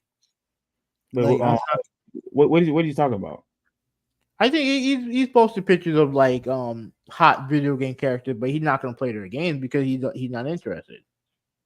But he said no, that's us being horny. He's talking about us included.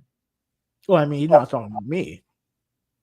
Yeah, Jabanis, I'm sorry that we went late on your comments, because we were like in the moment. But yeah, you're gonna have to elaborate on when you said that's us being horny. I'm not really sure what you're talking about there. I think I have an idea, but I want to be sure if you have the time.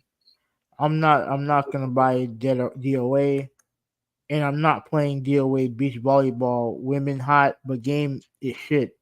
LMAO. Well, here's the thing. Here's the thing. Jabanis. For one, there's a lot of people that do buy it, for that reason. There's a lot of people who did buy it, just for the sake of, the women, looks good and whatnot. And if you look at all of the mods, us as in men, that's what he means. Okay. If you had looked over the years of all the different mods, that was created, all the different outfits that's been purchased and whatnot, is for what? Cosmetics. They care about what the characters look like. It's always been that way. Nobody said that should prioritize over gameplay or how the game functions. Nobody has ever said that. But Hoovy said it perfectly. It still makes it a package deal. It's not the biggest of the deal, but it's still part of the package, which is why we still care about what the game looks like, if the graphics is good, if the character model is good. We can't make that separate from each other. And sorry Hoovy for bringing comics into this, but for Jabanis to get a clear perspective, that there's people, even if the story is good, will not buy a particular comic if they don't like how if they don't like the art style. I know somebody personally who said to me, I don't care how great the story is. If I don't find the art style appealing, I'm not going to buy it. There's people like that. There was something I want. There's something that reminded me of something. If you're done, I'll wait till you finish.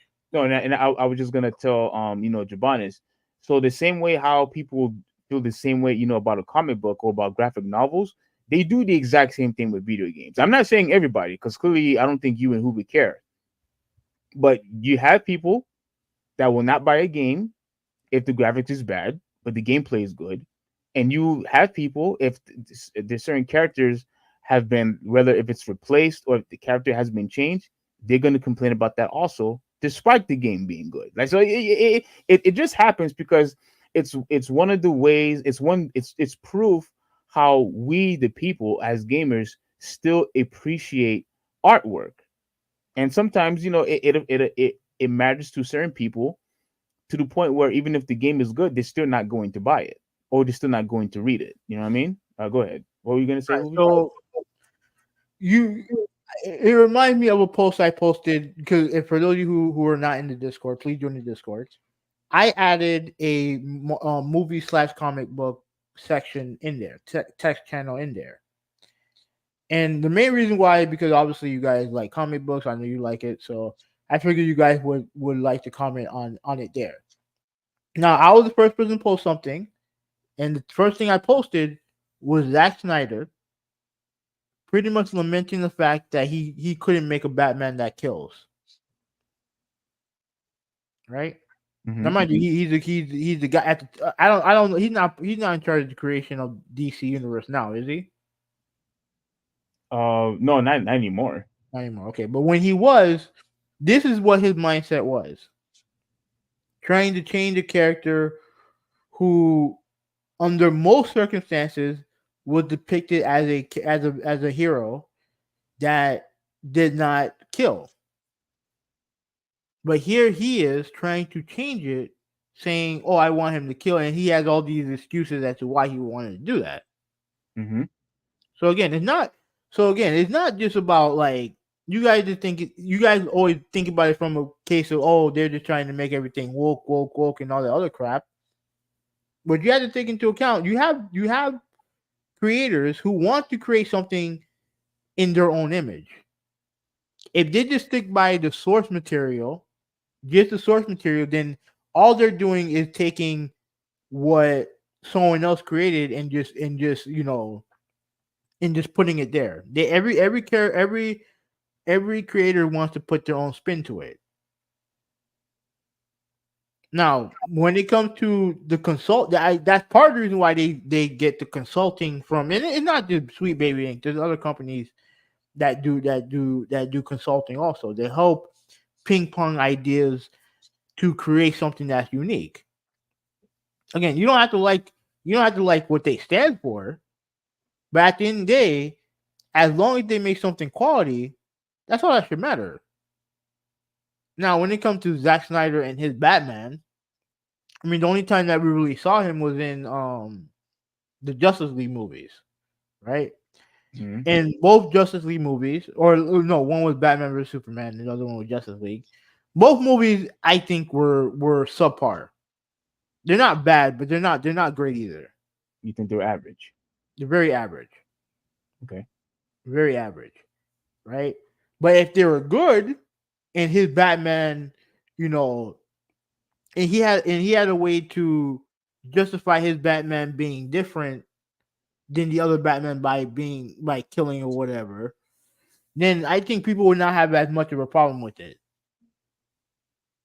if the content overall was good. No, I think people would still have a problem, with if Batman is just out there, acting like the Punisher and just killing guys, left and right. Yeah, I think majority of the fan base would definitely have a problem with it. I think so.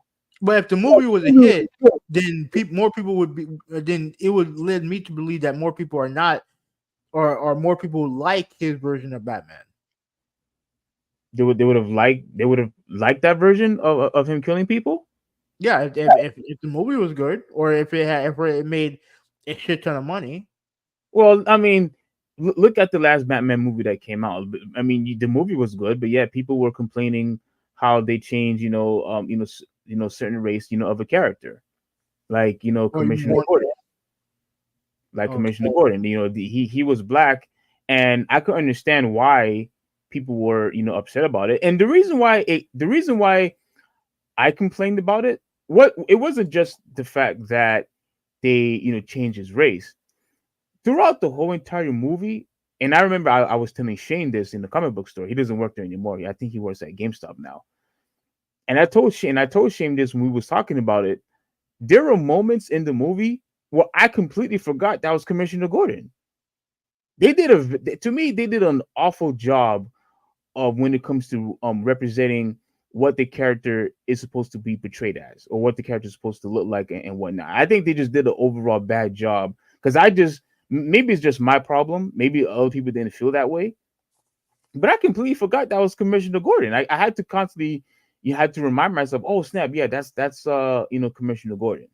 You know what I'm saying? So I do think when you try to increase, diversity in certain movies or games and whatnot, it does to some degree can cause a disservice to the fan base, especially when you hear arguments that I make. Oh, you're not following the source material, because when a character is established of how he looks and what his background is, and then when you change it, it's almost as if it's a completely different character, that you have grown used to. You know what I mean? So I get all the frustration and all the changes that people do not like. But as far as Zack Snyder that you mentioned, I personally believe a lot of people would complain even if the movie was good. Even if the movie was good, they'll complain. But if they're probably going to see the next Zack Snyder movie. If the first one was good, they will see the second one. Maybe. I mean, at the end of the day, the quality of the product is the only thing that matters ultimately. It's the only thing that matters ultimately. Like, you guys can quibble over some of the other stuff all you want. The facts are that the only thing that matters is if the game game, movie, whatever is good. Mm-hmm. If you guys can't get over some of your nitpicks, then it's fine. It's not a big deal. But I look at the whole totality of the project. Yeah. You know what I mean? Like again, I always use the example for Street Fighter. If the actual Street Fighter movie, the John Claude Van Damme movie, if that movie was good, then my gripe would still be there. But I would be like, okay, you know what, this is a good movie despite its gripes. And I felt the same way about the Turtles movie, the one that you didn't see, Mutant Mayhem. There are definitely aspects of the movie that I don't like, but the overall movie is good. I actually do think the movie is good. There are aspects about it that I don't like, but the movie is still good. Okay, I get it. Yeah. So, I mean, he mentions here that Kratos is at least dark. He said something about me. He said Steve would be the person in the night complaining that a game has a black main character. I mean, that's a lie. That's not true, but okay. He says also Kratos is black, or at least dark skin. Is Kratos black? No. Yeah. No. It like he's voiced by a black man. But Kratos is white.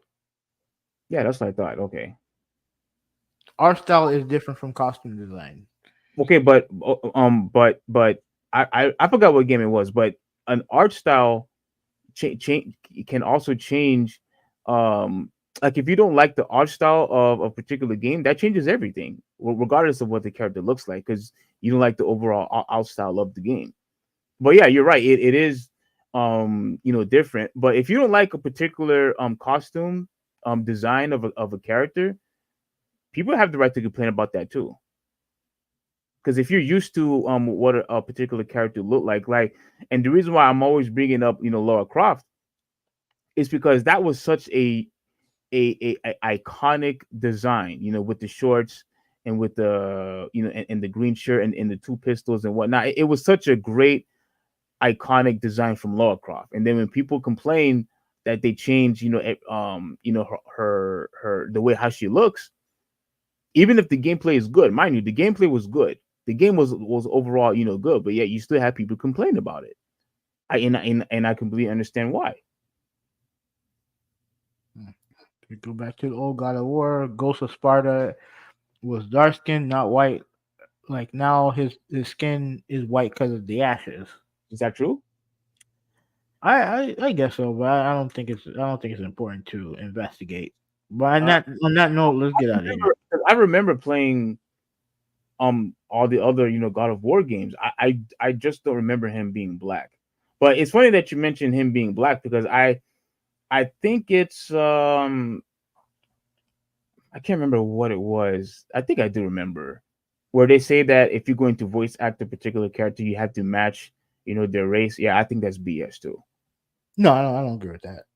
I think that's a bunch of BS too. I'm going to investigate what that was, and then I'll mention it next time. But yeah, I think another voice character for Kratos was also black. Because if you're going to if you're going to do that, we wouldn't have like those females that were playing as Goku and Vegeta. We wouldn't have that either. And I think they did a phenomenal job in the Japanese version. But I'm just using that as an example. I don't think you should match their and look at the chick that plays as Bart Simpson. Iconic. Yeah.